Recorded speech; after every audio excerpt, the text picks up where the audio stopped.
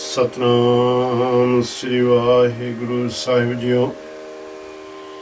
हर हर नाम जपंत्या कछु ना कह जमकाल।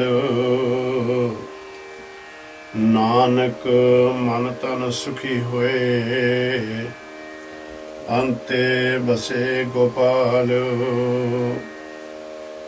गुरु प्यारे साध संगत जियो, निरंकार सच्चे पातशाह की कृपा का सदका आओ अज की सेवा आप जी ने प्रवान कर लेनी। निरंकार सच्चे पातशाह की बाणी धन धन धन गुरु नानक महाराज सच्चे पातशाह ही श्री राग दे विच अजे उपदेश दे रहे ने। सतगुर सच्चे पातशाह दे कोल कुछ संगत आई, उस संगत ने आन के निरंकार दे चरणों दे विच बेनती की कि मेहरबान दयालु कृपालू जियो, साडे ते कृपा करो। वो अकाल पुरख निरंकार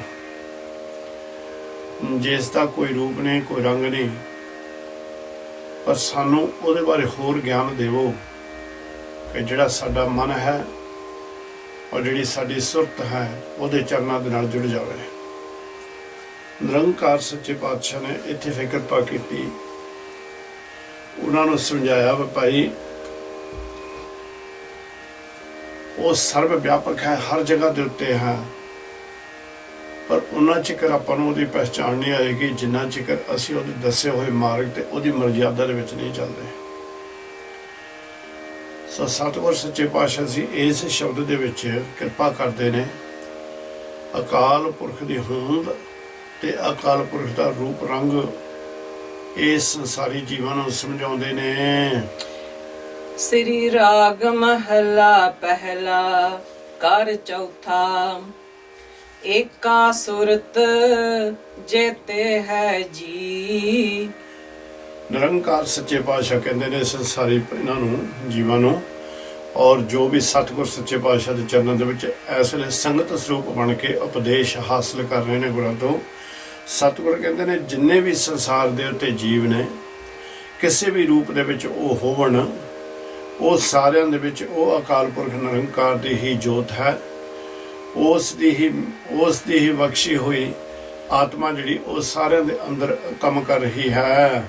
सुरत भी होना कोई ना की। दूसरे दे ये भी अर्थ निकलते ने कि जिहड़ी सोच है सुरत, जिहनूं कहने आपां समझ, जो सतगुਰਾਂ ने सानू चेतना दी है, उहदी चेतना दे नाल ही हर कोई संसार दे उत्ते काम कर रहा है, और उसकी चेतना तो बगैर संसार दे उत्ते कोई भी नहीं आया ते कोई भी नहीं है। जे ही सुरत ते हातिन राहो। जो निरंकार मेहरबान सच्चे पातशाह जी कृपा करते ने, कहते ने कि जिस तरह की सूझ उन्होंने दिती, जिस तरह की मत उन्होंने दिती, जिहड़ी मत तो बगैर संसार दे उत्ते कोई नहीं है, जे और वो अकाल पुरख की ही बख्शिश की हुई ये मत है। इस मत जिस तरह की भी निरंकार ने जीव नूं दिती, वो इस तरह दे ही इत्थे संसार दे उनके कार्य कर रहा है, उस ही राह दे उत्ते चल रहा है। लेखा इको आवो हो जाहो। लेखा इको ही जानदा है, वो निरंकार सच्चे पातशाह हर एक दा लेखा उही जानते ने। वो हिसाब किताब सारा उन्हां दा पता भी ये किहड़े राह दे उत्ते चल रहे ने, किहड़े राह दे उत्ते इन्हां नूं तोरन दा मैं ज्ञान दिता सी, पर किस तरह ये उस राह तो बेराहे हो गए ने। सो निरंकार सच्चे पातशाह जी कहते ने सतगुर की मर्यादा दे विच ही संसार दे उत्ते जीव आउंदा है, ते सतगुर दी ही मर्यादा दे नाल उहदे हुक्म दे विच ही इस संसार तो जीव चले जाता है। काहे जी करें चतुराई। इस संसारी जीव इदू संसार दे उत्ते आन के काते तू अपने आप नू बहुत उच्चा कहन दिया है, बट काते तू अपने आप नू चतुर चतुराइयां दे नाल भरपूर समझ रहा है। लेवैं देवैं ढिल ना पाई। वो निरंकार सच्चे पातशाह दा एडा बेअंत है, वो लैण लगा ते देण लगा, एक भी समा नहीं लगता। ਜਿਸ ਨੂੰ ਉਸ ਨੇ ਵਡਿਆਈਆਂ ਦੇਣੀਆਂ ਨੇ, ਜਿਸ ਨੂੰ ਉਸ ਨੇ ਕਿਰਪਾ ਕਰਕੇ ਧਨ ਦੌਲਤ ਹੋਰ ਵਸਤੂ ਦੇਣੀਆਂ ਨੇ, ਉਹ ਦੇਣ ਲੱਗਾ ਵੀ ਉਹਨੂੰ ਪੁੱਛਣ ਦੀ ਜ਼ਰੂਰਤ ਨਹੀਂ ਪੈਂਦੀ, ਉਹਦੇ ਨਾ ਅਕਾਲ ਪੁਰਖ ਨੂੰ ਕਹਿਣ ਦੀ ਜ਼ਰੂਰਤ ਪੈਂਦੀ ਹੈ। ਮਾਲਕ ਸਾਡੀਆਂ ਪਰਖਾਂ ਲੈਣ ਵਾਸਤੇ ਇਹ ਚੀਜ਼ਾਂ ਦੇ ਦਿੰਦੇ ਨੇ, ਪਰ ਜਿਹੜੇ ਉਹ ਚੀਜ਼ਾਂ ਲੈ ਕੇ ਉਸ ਤੋਂ ਬੇਮੁਖ ਹੋ ਜਾਂਦੇ ਨੇ, ਉਹਨਾਂ ਦੇ ਕੋਲੋਂ ਵਾਪਸ ਲੈਣ ਲੱਗਾ ਵੀ ਢਿੱਲ ਨਹੀਂ ਕਰਦਾ, ਇੱਕ ਮਿੰਟ ਵੀ ਨਹੀਂ ਲਾਉਂਦਾ। ਰਹਾਉ ਤੇਰੇ ਜੀ ਜੀਆਂ ਕਾ ਤੋਹੇ। ਨਿਰੰਕਾਰ ਸੱਚੇ ਪਾਤਸ਼ਾਹ ਜੀ ਜਿਨ੍ਹਾਂ ਨੂੰ ਮਤ ਹੀ ਆਪ ਜੀ ਨੇ ਦਿੱਤੀ ਹੈ, ਸੋਚ ਹੀ ਆਪ ਜੀ ਨੇ ਦਿੱਤੀ ਹੈ, ਆਪ ਜੀ ਦੀ ਸੋਚ ਕਾਰਨ ਕਰਕੇ ਹੀ ਉਹਦੇ ਸੰਸਾਰ ਦੇ ਉੱਤੇ ਕਾਰਜ ਕਰ ਰਹੇ ਨੇ, ਆਪ ਦੀ ਹੀ ਕਿਰਪਾ ਦੇ ਨਾਲ ਉਹਨਾਂ ਨੂੰ ਦਾਤਾਂ ਮਿਲੀਆਂ ਨੇ, ਆਪ ਹੀ ਜਦੋਂ ਚਿੱਤ ਕਰਦਾ ਉਹਨਾਂ ਨੂੰ ਲੈ ਲੈਂਦੇ ਹਨ। ਪਰ ਜਿਹੜੇ ਤਾਂ ਸਤਿਗੁਰ ਜੀ ਦਾਤਾਂ ਲੈ ਕੇ ਤੇਰੇ ਨਾਲ ਜੁੜੇ ਰਹਿੰਦੇ ਨੇ, ਤਾਂ ਉਹ ਸਤਿਗੁਰ ਸੱਚੇ ਪਾਤਸ਼ਾਹ ਜੀ ਗੁਰਮੁਖਾਂ ਵਾਲਾ ਜੀਵਨ ਹਾਸਲ ਕਰ ਲੈਂਦੇ ਨੇ। ਜਿਹੜੇ ਟੁੱਟ ਜਾਂਦੇ ਨੇ ਮਨਮੁਖਾਂ ਵਾਲੇ, ਪਰ ਉਹਨਾਂ ਨੂੰ ਕਿਹਾ ਕੱਖ ਨਹੀਂ ਜਾ ਸਕਦਾ। ਕਾਰਨ ਕਿ ਇਹ ਸਾਰੇ ਤੇਰੇ ਜੀ ਨੇ, ਇਹ ਸਾਰੇ ਤੇਰੀ ਹੀ ਮਿਹਰ ਦੇ ਨਾਲ ਇਹ ਸੰਸਾਰ ਦੇ ਉੱਤੇ ਆਏ ਨੇ, ਤੇ ਤੂੰ ਸਾਰਿਆਂ ਦਾ ਮਾਲਕ ਹੈ। ਕਿਤ ਕੋ ਸਾਹਿਬ ਆਵੈ ਰੋਹੇ। ਮਹਾਰਾਜ ਸੱਚੇ ਪਾਤਸ਼ਾਹ ਜੀ ਫਿਰ ਕਿਹਦੇ ਉੱਤੇ ਤੁਸੀਂ ਗੁੱਸਾ ਕਰੋਗੇ, ਕਿਹਦੇ ਨਾਲ ਗਿਲਾ ਕਰੋਗੇ, ਕਿਉਂਕਿ ਇਹ ਤਾਂ ਸਾਰੇ ਆਪ ਜੀ ਦੇ ਹੀ ਹਨ। ਜੇ ਤੂੰ ਸਾਹਿਬ ਆਵੈ ਰੋਹ। ਨਿਰੰਕਾਰ ਸੱਚੇ ਪਾਤਸ਼ਾਹ ਜੀ ਜੇ ਆਪ ਅਕਾਲ ਪੁਰਖ ਹੋ ਤੇ ਤੁਸੀਂ ਕਦੀ ਰੋਹ ਦੇ ਵਿੱਚ ਆਉਂਦੇ ਨਹੀਂ, ਗੁੱਸੇ ਦੇ ਵਿੱਚ ਆਉਂਦੇ ਨਹੀਂ। ਜੇ ਗੁੱਸੇ ਦੇ ਵਿੱਚ ਆਵੋਗੇ ਵੀ ਤੇ ਕਿਹਦੇ ਉੱਤੇ ਆਓਗੇ, ਸਾਰੇ ਤਾਂ ਆਪ ਜੀ ਦੇ ਹਨ। ਤੂੰ ਉਹਨਾਂ ਕਾ ਤੇਰੇ ਉਹ ਹੈ। ਕੋਈ ਮਾੜਾ ਕੋਈ ਚੰਗਾ, ਜਿੱਦਾਂ ਦੀ ਮੱਤ ਆਪ ਜੀ ਨੇ ਦਿੱਤੀ ਹੈ, ਉਹ ਮੱਤ ਨੂੰ ਧਾਰਨ ਕਰਕੇ ਸੰਸਾਰ ਦੇ ਉੱਤੇ ਜੀਵ ਕਾਰਜ ਕਰ ਰਹੇ ਨੇ, ਆਪਣਾ ਸਮਾਂ ਬਤੀਤ ਕਰ ਰਹੇ ਨੇ। ਇਸ ਕਾਰਨ ਕਰਕੇ ਤੂੰ ਉਹਨਾਂ ਦਾ ਮਾਲਕ ਆ ਤੇ ਉਹ ਤੇਰੇ ਆ। ਇਹ ਤੇਰੀ ਖੇਡ ਹੈ, ਕਿਹਨੂੰ ਤੈਂ ਆਪਣੀ ਬੰਦਗੀ ਦੇ ਵਿੱਚ ਲਾਉਣਾ ਤੇ ਕਿਹਨੂੰ ਸਤਿਗੁਰ ਸੱਚੇ ਪਾਤਸ਼ਾਹ ਜੀ ਜਨਮ ਮਨ ਦੇ ਚੱਕਰ ਦੇ ਵਿੱਚ ਪਾਉਣਾ ਹੈ।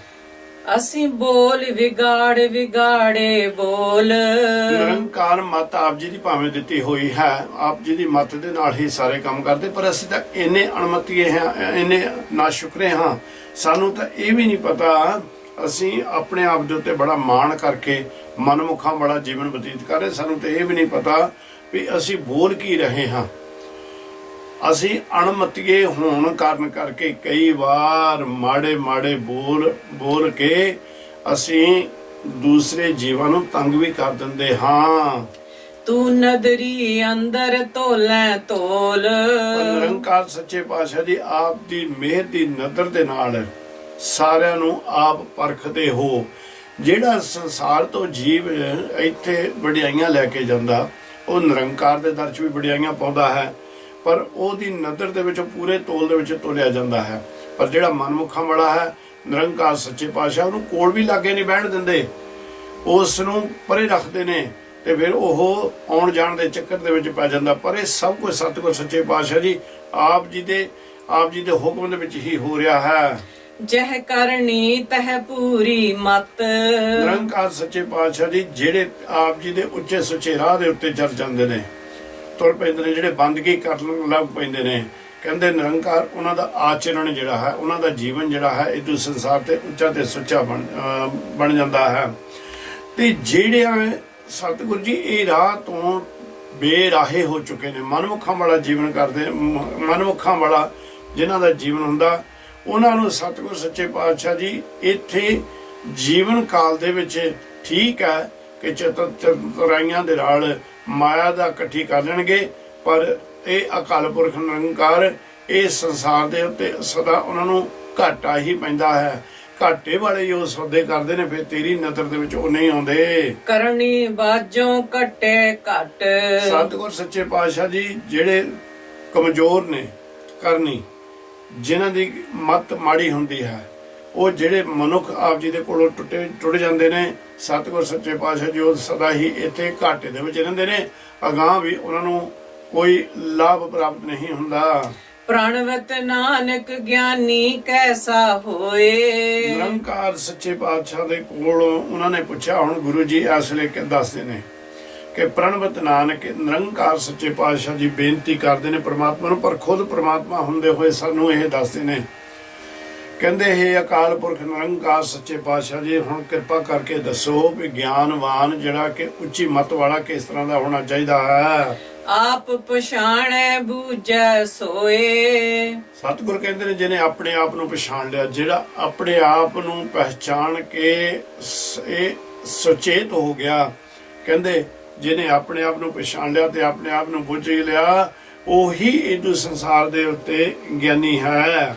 ਗੁਰ ਪ੍ਰਸਾਦ ਕਰੇ ਵਿਚਾਰ। ਗੁਰੂ ਦੀ ਕਿਰਪਾ ਦੇ ਨਾਲ ਨਿਰੰਕਾਰ ਸੱਚੇ ਪਾਤਸ਼ਾਹ ਜੀ ਕਹਿੰਦੇ ਨੇ ਚਤੁਰ ਚਤੁਰਾਈਆਂ ਛੱਡ ਕੇ ਗੁਰੂ ਦੇ ਧਾਰਨਾ, ਗੁਰੂ ਦੇ ਗੁਣਾਂ ਦਾ ਧਾਰਨੀ ਹੋ ਕੇ ਉਹੀ ਵਿਚਾਰ ਕਰੇ, ਉਹੀ ਰਾਸਤੇ ਦੇ ਉੱਤੇ ਤੁਰੇ। ਸੋ ਗਿਆਨੀ ਦਰਗਹਿ ਪਰਵਾਣ। ਕਹਿੰਦੇ ਇਸ ਤਰ੍ਹਾਂ ਦਾ ਗਿਆਨਵਾਨ ਜੀਵ ਜਿਹੜਾ ਹੈ ਸੰਸਾਰ ਦੇ ਉੱਤੋਂ ਜਿਸ ਲਈ ਜਾਏਗਾ ਦਰਗਾਹ ਦੇ ਵਿੱਚ, ਉਹ ਵੀ ਪ੍ਰਵਾਨ ਹੋ ਜਾਏਗਾ। ਜੇ ਸੰਸਾਰ ਦੇ ਉੱਤੇ ਉਹਨੂੰ ਵਡਿਆਈਆਂ ਮਿਲਦੀਆਂ ਨੇ ਤੇ ਦਰਗਾਹ ਦੇ ਵਿੱਚ ਵੀ ਨਿਰੰਕਾਰ ਸੱਚੇ ਪਾਤਸ਼ਾਹ ਜੀ ਉਸ ਮਨੁੱਖ ਨੂੰ ਉੱਚੀਆਂ ਤੇ ਸੁੱਚੀਆਂ ਵਡਿਆਈਆਂ ਦੇਣਗੇ। ਸ੍ਰੀ ਰਾਗ ਮਹੱਲਾ ਪਹਿਲਾ ਕਰ ਚੌਥਾ। ਤੂੰ ਦਰਿਆਓ ਦਾਨਾ ਬਿਨਾ ਮੈਂ ਮਛਲੀ ਕੈਸੇ ਅੰਤ ਲਹਾਂ। ਇਹ ਵੀ ਮਹਾਰਾਜ ਸੱਚੇ ਪਾਤਸ਼ਾਹ ਦੀ ਕਿਰਪਾ ਹੈ। ਤੇ ਨਾਲ ਘਰ ਚੌਥਾ, ਪਹਿਲਾਂ ਘਰ ਦੋ ਚੱਲੇ ਨੇ, ਹੁਣ ਘਰ ਚੌਥਾ ਚੱਲਦਾ। ਇਹ ਭਾਈ ਜਿਹੜੇ ਕੀਰਤਨ ਕਰਨ ਵਾਲੇ ਨੇ, ਉਹ ਜਿਹੜੇ ਜਿਨ੍ਹਾਂ ਨੂੰ ਪੂਰਾ ਰਾਗਾਂ ਦਾ ਗਿਆਨ ਹੈ, ਉਹਨਾਂ ਨੂੰ ਸਤਿਗੁਰ ਸੱਚੇ ਪਾਤਸ਼ਾਹ ਜੀ ਇਹ ਵਿਚਾਰ ਦਿੰਦੇ ਨੇ ਕਿ ਭਈ ਇਹ ਚੌਥੇ ਘਰ ਦੇ ਵਿੱਚ ਆਪ ਜੀ ਨੇ ਗਾਉਣਾ ਹੈ। ਸੋ ਇੱਥੇ ਮਾਲਕ ਸੱਚੇ ਪਾਤਸ਼ਾਹ ਜੀ ਜਿਹੜੀ ਹੁਣ ਉਦਾਹਰਨਾਂ ਦਿੰਦੇ ਨੇ, ਹੁਣ ਇੱਕ ਮੱਛੀ ਨੂੰ ਮੁੱਖ ਰੱਖਦੇ ਨੇ ਤੇ ਆਪ ਦਰਿਆ ਨੂੰ ਮੁੱਖ ਰੱਖਦੇ ਨੇ। ਮੱਛੀ ਅਸੀਂ ਹਾਂ ਤੇ ਦਰਿਆ ਉਹ ਅਕਾਲ ਪੁਰਖ ਨਿਰੰਕਾਰ ਹੈ ਤੇ ਸੰਸਾਰ ਵਿਕਾਰਾਂ ਦਾ ਭਰਿਆ ਹੋਇਆ ਸਮੁੰਦਰ ਹੈ। ਹੁਣ ਇੱਥੇ ਇੱਕ ਮੱਛੀ ਸਤਿਗੁਰ ਸੱਚੇ ਪਾਤਸ਼ਾਹ ਨੂੰ ਜਾਂ ਇੱਕ ਆਤਮਾ ਅਕਾਲ ਪੁਰਖ ਨੂੰ ਕਹਿੰਦੀ ਕਿ ਤੂੰ ਦਰਿਆਓ, ਤੂੰ ਸਤਿਗੁਰ ਸੱਚੇ ਪਾਤਸ਼ਾਹ ਜੀ ਬਹੁਤ ਡੂੰਘਾ ਗੰਭੀਰ ਉੱਚੀ ਸੋਚ ਵਾਲਾ ਦਰਿਆ ਹੈ। ਤੂੰ ਐਸਾ ਸਮੁੰਦਰ ਹੈ ਤੇ ਮੈਂ ਤਾਂ ਇੱਕ ਨਿੱਕੀ ਜਿਹੀ ਮੱਛੀ ਹਾਂ। ਇੱਥੇ ਮੈਨੂੰ ਨਿਰੰਕਾਰ ਸੱਚੇ ਪਾਤਸ਼ਾਹ ਜੀ ਕਿਸ ਤਰ੍ਹਾਂ ਪਤਾ ਲੱਗ ਸਕਦਾ ਹੈ ਕਿ ਆਪ ਜੀ ਦਾ ਆਦਿ ਕੀ ਹੈ ਤੇ ਆਪ ਜੀ ਦਾ ਅੰਤ ਕੀ ਹੈ। ਮੈਨੂੰ ਉਰਲਾ ਤੇ ਪਰਲਾ ਪੰਨੇ ਦਾ ਕੋਈ ਗਿਆਨ ਨਹੀਂ, ਪਰ ਆਪ ਇਨੀ ਗੰਭੀਰਤਾ ਵਾਲੇ, ਇੰਨੇ ਡੂੰਘੇ, ਇੰਨੇ ਉੱਚੇ ਤੇ ਸੁਚੇਤ ਇਹ ਸਮੁੰਦਰ ਹੋ। ਜੈ ਜੈ ਦੇਖਾਂ ਤਹ ਤਹ ਤੂੰ ਹੈ, ਤੁਝ ਤੇ ਨਿਕਸੀ ਫੂਟ ਮਰਾਂ। ਜਿੱਧਰ ਵੀ ਮੈਂ ਮੱਛੀ ਦੇ ਰੂਪ ਦੇ ਵਿੱਚ ਸਮੁੰਦਰ ਦੇ ਵਿਚਾਲੇ ਦੁਆਲੇ ਦੇਖਦੀ ਹਾਂ, ਮਾਲਕ ਸੱਚੇ ਪਾਤਸ਼ਾਹ ਮੈਨੂੰ ਤੂੰ ਹੀ ਦਿਸਦੇ ਹੋ। ਕਿਉਂਕਿ ਸਮੁੰਦਰ ਦਾ ਰੂਪ ਹੈ ਨਾ, ਜਲ ਹੈ ਨਾ, ਜਲ ਤੋਂ ਬਗੈਰ ਮੱਛੀ ਜਿਹੜੀ ਹੈ ਉਹ ਮੌਤ ਦੇ ਰਾਹ ਤੁਰ ਪੈਂਦੀ ਹੈ। ਕਹਿੰਦੀ ਜਿੱਧਰ ਵੀ ਮੈਂ ਦੇਖਦੀ ਹਾਂ ਜਲ ਰੂਪੀ ਸਮੁੰਦਰ ਤੁਸੀਂ ਹੋ। ਜਦੋਂ ਕਿਤੇ ਮੈਂ ਆਪ ਜੀ ਦੇ ਕੋਲੋਂ ਵਿਛੋੜਾ ਮੇਰਾ ਪੈ ਜਾਂਦਾ ਕਿਸੇ ਰੂਪ ਕਾਰਨ ਕਰਕੇ, ਉਸ ਵੇਲੇ ਸਤਿਗੁਰ ਸੱਚੇ ਪਾਤਸ਼ਾਹ ਜੀ ਮੇਰਾ ਅੰਤ ਦਾ ਰਾਹ ਸ਼ੁਰੂ ਹੋ ਜਾਂਦਾ, ਮੈਂ ਮਰ ਜਾਂਦੀ ਹਾਂ। ਨਾ ਜਾਣਾ ਮੇਓ ਨਾ ਜਾਣਾ ਜਾਲੀ। ਨਿਰੰਕਾਰ ਸੱਚੇ ਪਾਤਸ਼ਾਹ ਜੀ ਨਾ ਤਾਂ ਮੈਨੂੰ ਇੰਨੀ ਸੋਝੀ ਹੀ ਹੈ ਕਿ ਇਹ ਜਿਹੜਾ ਮਛਿਆਰਾ ਹੈ, ਮੱਛੀਆਂ ਫੜਨ ਵਾਲਾ, ਮੈਂ ਉਹਦਾ ਵੀ ਮੈਨੂੰ ਕੋਈ ਗਿਆਨ ਨਹੀਂ, ਤੇ ਨਾ ਹੀ ਮੈਨੂੰ ਸਤਿਗੁਰ ਸੱਚੇ ਪਾਤਸ਼ਾਹ ਜੀ ਜਿਹੜਾ ਉਹ ਜਾਲ ਸਿਰਦਾ ਹੈ ਉਹਦਾ ਵੀ ਮੈਨੂੰ ਕੋਈ ਗਿਆਨ ਨਹੀਂ।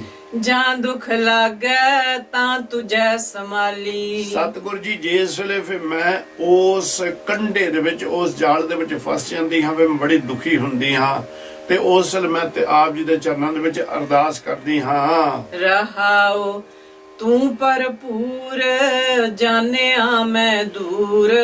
ਨਿਰੰਕਾਰ ਸੱਚੇ ਪਾਤਸ਼ਾਹ ਜੀ ਆਪ ਸਾਰੇ ਸੰਸਾਰ ਦੇ ਵਿੱਚ ਮੌਜੂਦ ਹੋ, ਸਾਰੇ ਸਮੁੰਦਰ ਦੇ ਵਿੱਚ ਵੀ ਤੁਸੀਂ ਹੋ, ਪਰ ਮੈਂ ਬੇਸਮਝ ਨੇ ਆਪ ਜੀ ਨੂੰ ਦੂਰ ਜਾਣ ਲਿਆ। ਜੋ ਕਛ ਕਰੀ ਸੋ ਤੇਰੇ ਹਜ਼ੂਰ। ਨਿਰੰਕਾਰ ਸੱਚੇ ਪਾਤਸ਼ਾਹ ਜੀ ਇਹ ਸਹੀ ਗੱਲ ਹੈ ਕਿ ਜੋ ਕੁਝ ਵੀ ਮੈਂ ਕਰ ਰਿਹਾ ਹਾਂ ਉਹ ਤੇਰੀ ਹਜ਼ੂਰੀ ਦੇ ਵਿੱਚ ਹੀ ਕਰ ਰਿਹਾ ਹਾਂ। ਤੂੰ ਦੇਖੈ ਹੋ ਮੁਕਰ ਪਾਉ। ਮੈਂ ਤਾਂ ਐਡਾ ਮਾੜਾ ਕੁਕਰਮੀ ਆ ਨਿਰੰਕਾਰ ਸੱਚੇ ਪਾਤਸ਼ਾਹ ਜੀ, ਮੈਨੂੰ ਪਤਾ ਵੀ ਹੈ ਭਈ ਤੁਸੀਂ ਹਰ ਵੇਲੇ ਮੈਨੂੰ ਦੇਖ ਰਹੇ ਹੋ, ਪਰ ਮੈਂ ਫੇਰ ਵੀ ਕਰਕੇ ਪਾਪ ਮੁੱਕਰ ਜਾਂਦਾ ਹਾਂ। ਤੇਰੇ ਕੰਮ ਨ ਤੇਰੇ ਨਾਏ। ਨਿਰੰਕਾਰ ਸੱਚੇ ਪਾਤਸ਼ਾਹ ਜੀ ਮੈਂ ਉਹ ਕੰਮ ਨਹੀਂ ਕਰਦਾ ਜਿਹੜੇ ਕੰਮ ਆਪ ਜੀ ਨੂੰ ਪ੍ਰਮਾਣ ਹਨ, ਤੇ ਮੈਂ ਉਹਨਾਂ ਕੰਮਾਂ ਦੇ ਵਿੱਚ ਜੁੜਿਆ ਹੋਇਆ ਹਾਂ ਜਿਹੜੇ ਕੰਮ ਆਪ ਜੀ ਦੇ ਕੋਲੋਂ ਮੈਨੂੰ ਦੂਰ ਲੈ ਕੇ ਜਾ ਰਹੇ ਹਨ, ਪਰ ਮੈਂ ਤੇਰੇ ਨਾਮ ਦੇ ਵਿੱਚ ਨਹੀਂ ਜੁੜ ਰਿਹਾ। जेता देहे ते ताहो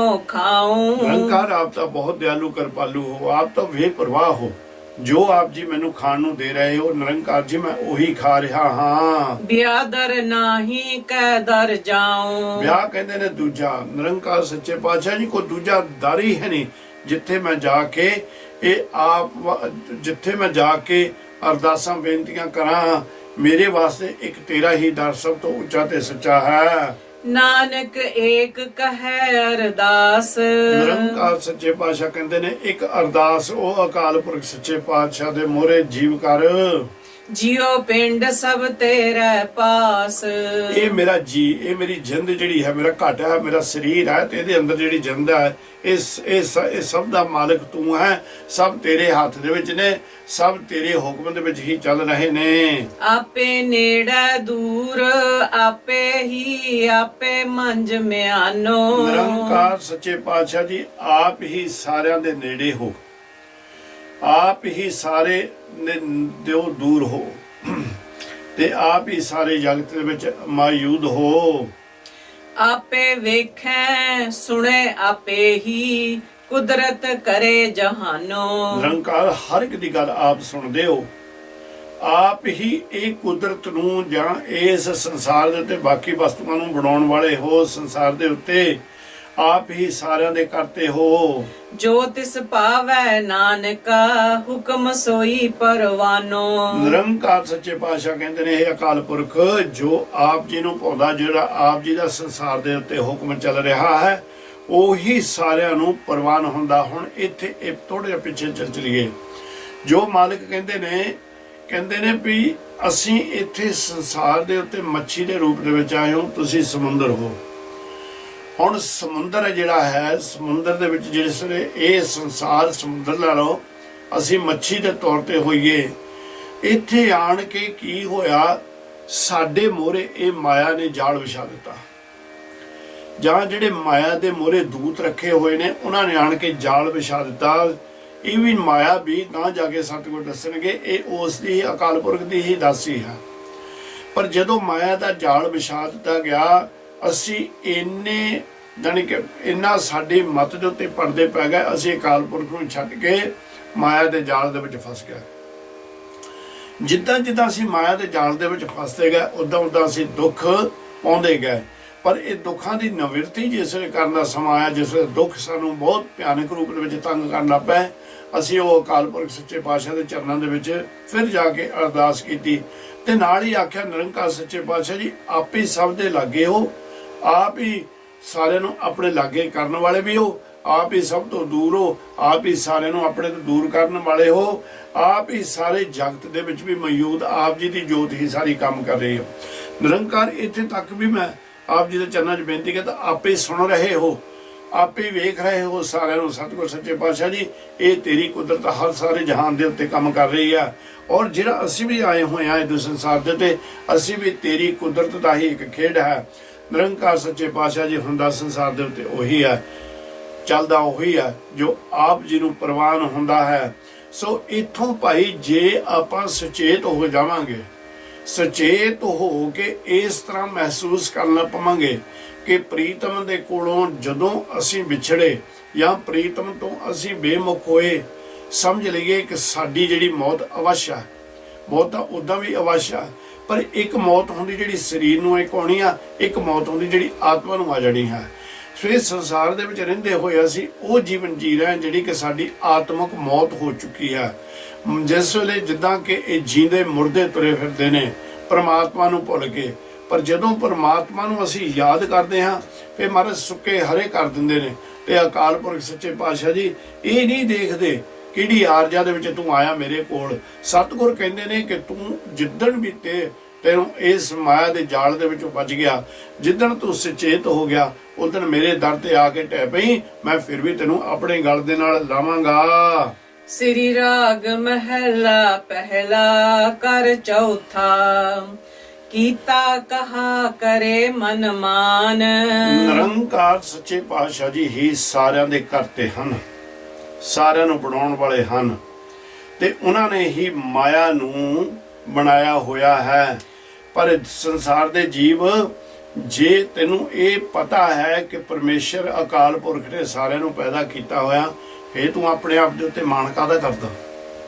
ਕਾਹਤੇ ਮਾਣ ਕਰ ਰਿਹਾ ਹੈ? ਦੇਵਨ ਹਾਰੈ ਕੈ ਹੱਥ ਦਾਨ। ਇਹ ਜਿਹੜੀਆਂ ਦਾਤਾਂ ਤੇਰੇ ਕੋਲ ਨੇ, ਇਹ ਤਾਂ ਅਕਾਲ ਪੁਰਖ ਸੱਚੇ ਪਾਤਸ਼ਾਹ ਤੇਰੀ ਪਰਖ ਲੈਣ ਵਾਸਤੇ ਉਹ ਦਾਤਾਂ ਤੈਨੂੰ ਦਿੱਤੀਆਂ ਨੇ। ਇਹ ਸਾਰੀਆਂ ਦਾਤਾਂ ਦਾ ਮਾਲਕ ਤਾਂ ਉਹ ਅਕਾਲ ਪੁਰਖ ਹੈ, ਉਹਦੇ ਹੱਥ ਦੇ ਵਿੱਚ ਸਾਰੀਆਂ ਤਾਕਤਾਂ ਹਨ। ਭਾਵੇਂ ਦੇ ਨਾ ਦੇਈ ਸੋਏ। ਇਹ ਤਾਂ ਭਾਈ ਉਹਦੀ ਮਰਜ਼ੀ ਆ ਵੀ ਕਿਹਨੂੰ ਉਸਨੇ ਧਨ ਦੌਲਤ ਪਦਾਰਥ ਤੇ ਹੋਰ ਇੱਜ਼ਤ ਮਾਣ ਦੇਣੀ ਹੈ, ਇਹ ਤਾਂ ਉਹਦੀ ਰਜ਼ਾ ਹੈ। ਜਿਹਨੂੰ ਉਹਦਾ ਚਿੱਤ ਕਰਦਾ ਉਹਨੂੰ ਦੇ ਦਿੰਦਾ, ਜਿਹਨੂੰ ਉਹਦਾ ਚਿੱਤ ਨਹੀਂ ਕਰਦਾ ਉਹਨੂੰ ਨਹੀਂ ਦਿੰਦਾ, ਤੇ ਜਿਹਨੂੰ ਨਹੀਂ ਦਿੰਦਾ ਉਹ ਕਰ ਵੀ ਕੁਝ ਨਹੀਂ ਸਕਦਾ। ਕੀਤੇ ਕੈ ਕਹੀਏ ਕਿਆ ਹੋਏ। ਜਿਸ ਅਕਾਲ ਪੁਰਖ ਸੱਚੇ ਪਾਤਸ਼ਾਹ ਨੇ ਸਾਰੇ ਜੀਵ ਪੈਦਾ ਕੀਤੇ ਹੋਏ ਨੇ, ਉਹਨੂੰ ਉਹ ਜੀਵ ਜਿਹੜੇ ਨੇ ਉਹਦੀ ਕਿਰਤ ਹੈ, ਉਹਦੀ ਅਸੀਂ ਕੁਦਰਤ ਹਾਂ, ਉਸ ਕਾਦਰ ਦੀ ਬਣਾਈ ਹੋਈ ਇੱਕ ਸ਼੍ਰੇਣੀ ਹਾਂ ਅਸੀਂ, ਤੇ ਅਸੀਂ ਕੌਣ ਹੁੰਨੇ ਉਹਨੂੰ ਹੁਕਮ ਕਰਨ ਵਾਲੇ? ਆਪੇ ਸੱਚ ਪਾਵੇ ਤਿਸ ਸੱਚ। ਨਿਰੰਕਾਰ ਸੱਚੇ ਪਾਤਸ਼ਾਹ ਸਦਾ ਥਿਰ ਰਹਿਣ ਵਾਲੇ ਨੇ, ਪਰ ਜਿਹੜਾ ਉਸ ਨੂੰ ਪਸੰਦ ਆ ਜਾਂਦਾ ਹੈ ਉਸ ਨੂੰ ਸੱਚ ਦੇ ਵਿੱਚ ਲੀਨ ਕਰ ਲੈਂਦਾ ਹੈ। ਅੰਧਾ ਕੱਚਾ ਕੱਚ ਨਿਕੱਚ। ਜਿਹੜਾ ਗਿਆਨਹੀਨ ਹੈ, ਅਗਿਆਨੀ ਹੈ, ਉਹ ਇਤੂ ਸੰਸਾਰ ਦੇ ਉੱਤੇ ਕੱਚੇ ਕੰਮ ਜੜ ਕੇ ਹੋਸ਼ੇ ਕੰਮ ਕਰਦਾ ਹੈ, ਚਤਰ ਚਤਰਾਈਆਂ ਦੇ ਨਾਲ ਬੜਾ ਕੁਝ ਕਰ ਲੈਂਦਾ, ਪਰ ਉਹ ਸਭ ਕੁਝ ਹੋਛਾ ਹੈ ਤੇ ਅਖੀਰ ਤੇ ਸਮੇਂ ਦੇ ਉੱਤੇ ਵੀ ਉਹਦਾ ਜੀਵਨ ਕੱਚਾ ਹੈ। ਨਾ ਕੱਚਿਆਂ ਨੂੰ ਕੁਝ ਪ੍ਰਾਪਤ ਹੋਇਆ ਤੇ ਨਾ ਕੱਚਿਆਂ ਨੂੰ ਕੁਝ ਪ੍ਰਾਪਤ ਹੋ ਸਕਦਾ ਹੈ। ਰਹਾਉ ਜਾਂ ਕੇ ਰੁਖ ਬਿਰਖਿਆ ਰਾਓ। ਨਿਰੰਕਾਰ ਬੜੀ ਕਿਰਪਾ ਕਰਨ ਲੱਗੇ ਨੇ, ਆਖਣ ਲੱਗੇ ਨੇ ਹੁਣ ਇੱਕ ਇਹ ਬਨਸਪਤੀ ਜਿਹੜੀ ਹੈ, ਜਿਹੜੇ ਬਿਰਸ਼ ਨੇ, ਦਰਖਤ ਨੇ, ਉਹਨਾਂ ਬਾਰੇ ਹੁਣ ਗਿਆਨ ਦੇਣ ਲੱਗੇ ਨੇ ਸਤਿਗੁਰ ਸੱਚੇ ਪਾਤਸ਼ਾਹ ਜੀ। ਕਹਿੰਦੇ ਨੇ ਭਾਈ ਇਹ ਸੰਸਾਰ ਦੇ ਜੀਵੋ ਜਿੰਨੇ ਤੁਸੀਂ ਦਰਖਤ ਦੇਖ ਰਹੇ ਹੋ, ਇਹ ਸਾਰੇ ਉਸ ਅਕਾਲ ਪੁਰਖ ਸੱਚੇ ਪਾਤਸ਼ਾਹ ਨੇ ਹੀ ਬਣਾਏ ਹੈ। ਇਹ ਸੰਸਾਰ ਦੀ ਸਜਾਵਟ ਵਾਸਤੇ ਹੀ ਨਹੀਂ, ਇਕੱਲੇ ਸੰਸਾਰ ਨੂੰ ਸੁੱਖ ਦੇਣ ਵਾਸਤੇ ਬਣਾਏ ਹੋਏ ਨੇ। ਜਿਹੀ ਧਾਤ ਤੇਹਾ ਤਿਨ ਨਾਉ। ਹੁਣ ਜਿਹੜੀ ਧਾਤ, ਜਿਹੜਾ ਦਰਖਤ ਜੋ ਵਸਤੂ ਸਾਨੂੰ ਦੇ ਰਿਹਾ ਹੈ, ਉਸ ਦਾ ਨਾਮ ਵੀ ਉਦੋਂ ਰੂਪ ਦੇ ਵਿੱਚ ਹੀ ਬਣ ਗਿਆ। ਹੁਣ ਕਿਸ ਤਰ੍ਹਾਂ ਜਿਹੜਾ ਅੰਬ ਦਾ ਦਰਖਤ ਹੈ, ਸਾਨੂੰ ਅੰਬ ਦਿੰਦਾ ਕਰਕੇ ਅਸੀਂ ਉਹਨੂੰ ਅੰਬ ਦਾ ਦਰਖਤ ਕਹਿੰਦੇ ਹਾਂ, ਤੇ ਜਿਹੜੀ ਕਿੱਕਰ ਸਾਨੂੰ ਸੂਣਾ ਤੇ ਤੁੱਕੇ ਦਿੰਦੀ ਅਸੀਂ ਉਹਨੂੰ ਕਿੱਕਰ ਕਹਿੰਦੇ ਹਾਂ। ਇੱਥੇ ਬੇਅੰਤ ਦਰਖਤ ਨੇ ਜਿਹੜੇ ਫਲ ਦੇ ਰਹੇ ਨੇ, ਬੇਅੰਤ ਦਰਖਤ ਐਸੇ ਨੇ ਜਿਹੜੇ ਨਾਮਾਂ ਤੋਂ ਬਗੈਰ ਵੀ ਹਨ, ਜਿਨ੍ਹਾਂ ਦਾ ਨਾਮ ਹੀ ਕੋਈ ਨਹੀਂ ਤੇ ਜਿਨ੍ਹਾਂ ਬਾਰੇ ਆਪਾਂ ਨੂੰ ਕੋਈ ਨਹੀਂ ਪਤਾ, ਪਰ ਉਹ ਅਕਾਲ ਪੁਰਖ ਸੱਚੇ ਪਾਤਸ਼ਾਹ ਨੇ ਐਸੇ ਬਣਾਏ ਹੋਏ ਹਨ। ਫੁੱਲ ਭਾਓ ਫਲ ਲਿਖਿਆ ਪਾਏ। ਜੋ ਅਕਾਲ ਪੁਰਖ ਸੱਚੇ ਪਾਤਸ਼ਾਹ ਨੂੰ ਪਾਉਂਦਾ ਹੈ ਉਸ ਤਰ੍ਹਾਂ ਦਾ ਹੀ ਉਹਨਾਂ ਨੂੰ ਫਲ ਦਿੰਦੇ ਨੇ ਤੇ ਫੁੱਲ ਲਾਉਂਦੇ ਨੇ। ਆਪੇ ਬੀਜ ਆਪੇ ਹੀ ਖਾਏ। ਜਿਸ ਤਰ੍ਹਾਂ ਦਾ ਉਹਨਾਂ ਨੂੰ ਫੁੱਲ ਲੱਗਦਾ ਹੈ, ਜਿੱਦਾਂ ਦਾ ਫਲ ਲੱਗਦਾ ਹੈ, ਉਸੇ ਤਰ੍ਹਾਂ ਉਹਨਾਂ ਦਾ ਜੀਵਨ ਬਣ ਜਾਂਦਾ, ਉਸੇ ਨਾਮ ਦੇ ਨਾਲ ਉਹਨਾਂ ਨੂੰ ਯਾਦ ਕੀਤਾ ਜਾਂਦਾ। ਪਰ ਉਹ ਅਕਾਲ ਪੁਰਖ ਨਿਰੰਕਾਰ ਸੱਚੇ ਪਾਤਸ਼ਾਹ ਜੀ ਆਪ ਹੀ ਬੀਜਣ ਵਾਲੇ ਨੇ, ਆਪ ਹੀ ਫਲ ਲਾਉਣ ਵਾਲੇ ਨੇ, ਆਪ ਹੀ ਫਲ ਪਕਾਉਣ ਵਾਲੇ ਨੇ ਤੇ ਆਪ ਹੀ ਖਾਣ ਵਾਲੇ ਹਨ। ਕੱਚੀ ਕੰਧ ਕੱਚਾ ਵਿੱਚ ਰਾਜ। ਇੱਕ ਹੋਰ ਇਸ ਤਰ੍ਹਾਂ ਵੀ ਹੁੰਦਾ ਹੈ ਕਿ ਆਪੇ ਬੀਜ ਆਪੇ ਹੀ ਖਾਏ ਵਾਲੀ ਜਿਹੜੀ ਗੱਲ ਆਪਾਂ ਇੱਕ ਵਾਰੀ ਫਿਰ ਦੁਬਾਰਾ ਇੱਕ ਦੂਜੇ ਨਾਲ ਸਾਂਝ ਪਾ ਲਈਏ। ਜਿਹੜੇ ਤਾਂ ਦਰਖਤ ਅੱਛੇ ਹੁੰਦੇ ਨੇ, ਜਿਹੜੇ ਦਰਖਤਾਂ ਨੂੰ ਸੋਹਣੇ ਫਲ ਲੱਗਦੇ ਨੇ, ਜਾਂ ਜਿਹੜੇ ਬੂਟਿਆਂ ਨੂੰ ਸੋਹਣੇ ਫੁੱਲ ਲੱਗਦੇ ਨੇ, ਮਾਲੀ ਉਹਨਾਂ ਨੂੰ ਪੱਟ ਕੇ ਇੱਕ ਜਗ੍ਹਾ ਦੇ ਉੱਤੇ ਲਾ ਲੈਂਦਾ ਤੇ ਉਹਨਾਂ ਦੀ ਬੜੀ ਸੇਵਾ ਸੰਭਾਲ ਵੀ ਕਰਦਾ ਹੈ। ਜਿਸ ਵੇਲੇ ਉਹਦੀ ਸੇਵਾ ਸੰਭਾਲ ਕਰਦਾ ਫਿਰ ਉਹ ਫਲ ਖਾਂਦਾ ਵੀ ਆਪ ਹੈ। ਹੁਣ ਉਹ ਅਕਾਲ ਪੁਰਖ ਨੇ ਇਸ ਸੰਸਾਰ ਨੂੰ ਦੇ ਵਿੱਚ ਆਪਾਂ ਨੂੰ ਬਣਾਇਆ, ਹੋਰ ਬਨਸਪਤੀ ਨੂੰ ਵੀ ਬਣਾਇਆ। ਆਪਾਂ ਹੁਣ ਦਰਖਤ ਰੂਪ ਹਾਂ।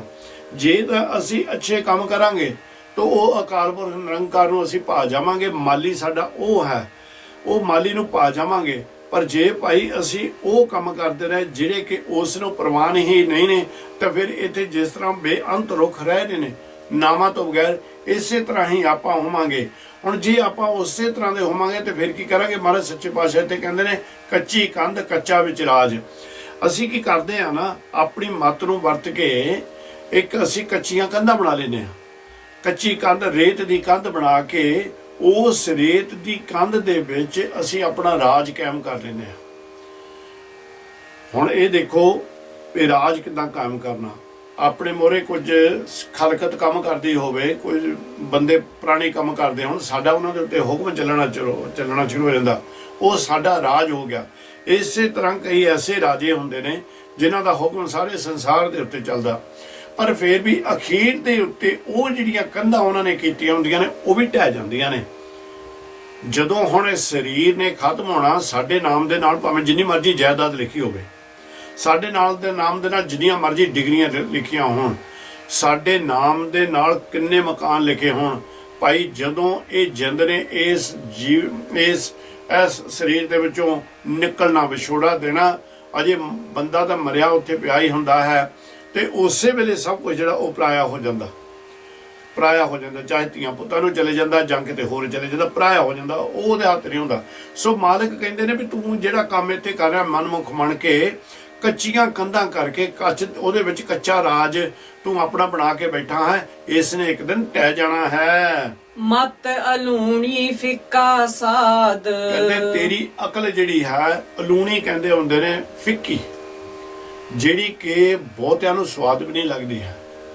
ਕਿਉਂਕਿ ਜੇ ਆਪਾਂ ਸਬਜ਼ੀ ਦਾਲ ਜਾਂ ਜਿਹਨਾਂ ਚੀਜ਼ਾਂ 'ਚ ਆਪਾਂ ਲੂਣ ਪਾਉਨੇ ਆ, ਰਸਨਾ ਉਹਨੂੰ ਚੱਕਦੀ ਆ। ਲੂਣ ਵੀ ਸਰੀਰ ਵਾਸਤੇ ਬਹੁਤ ਜ਼ਿਆਦਾ ਜ਼ਰੂਰੀ ਹੈ, ਮਾਲਕ ਨੇ ਤਾਂ ਹੀ ਇਸ ਨੂੰ ਬਣਾਇਆ ਹੈ। ਜਿਨ੍ਹਾਂ ਦੇ ਸਰੀਰ ਦੇ ਵਿੱਚ ਖੰਡ ਖਤਮ ਹੋ ਗਈ ਉਹਨਾਂ ਨੂੰ ਵੀ ਅਟੈਕ ਹੋ ਜਾਂਦੇ, ਜਿਨ੍ਹਾਂ ਦੇ ਲੂਣ ਖਤਮ ਹੋ ਗਈ ਉਹਨਾਂ ਨੂੰ ਵੀ ਅਟੈਕ ਹੁੰਦਾ, ਜਿਨ੍ਹਾਂ ਦੇ ਪਾਣੀ ਖਤਮ ਹੋ ਗਿਆ ਉਹਨਾਂ ਨੂੰ ਵੀ ਅਟੈਕ ਹੋ ਜਾਂਦਾ, ਮੌਤ ਦੇ ਰਾਹ ਦੇ ਉੱਤੇ ਤੁਰ ਜਾਂਦੇ ਨੇ।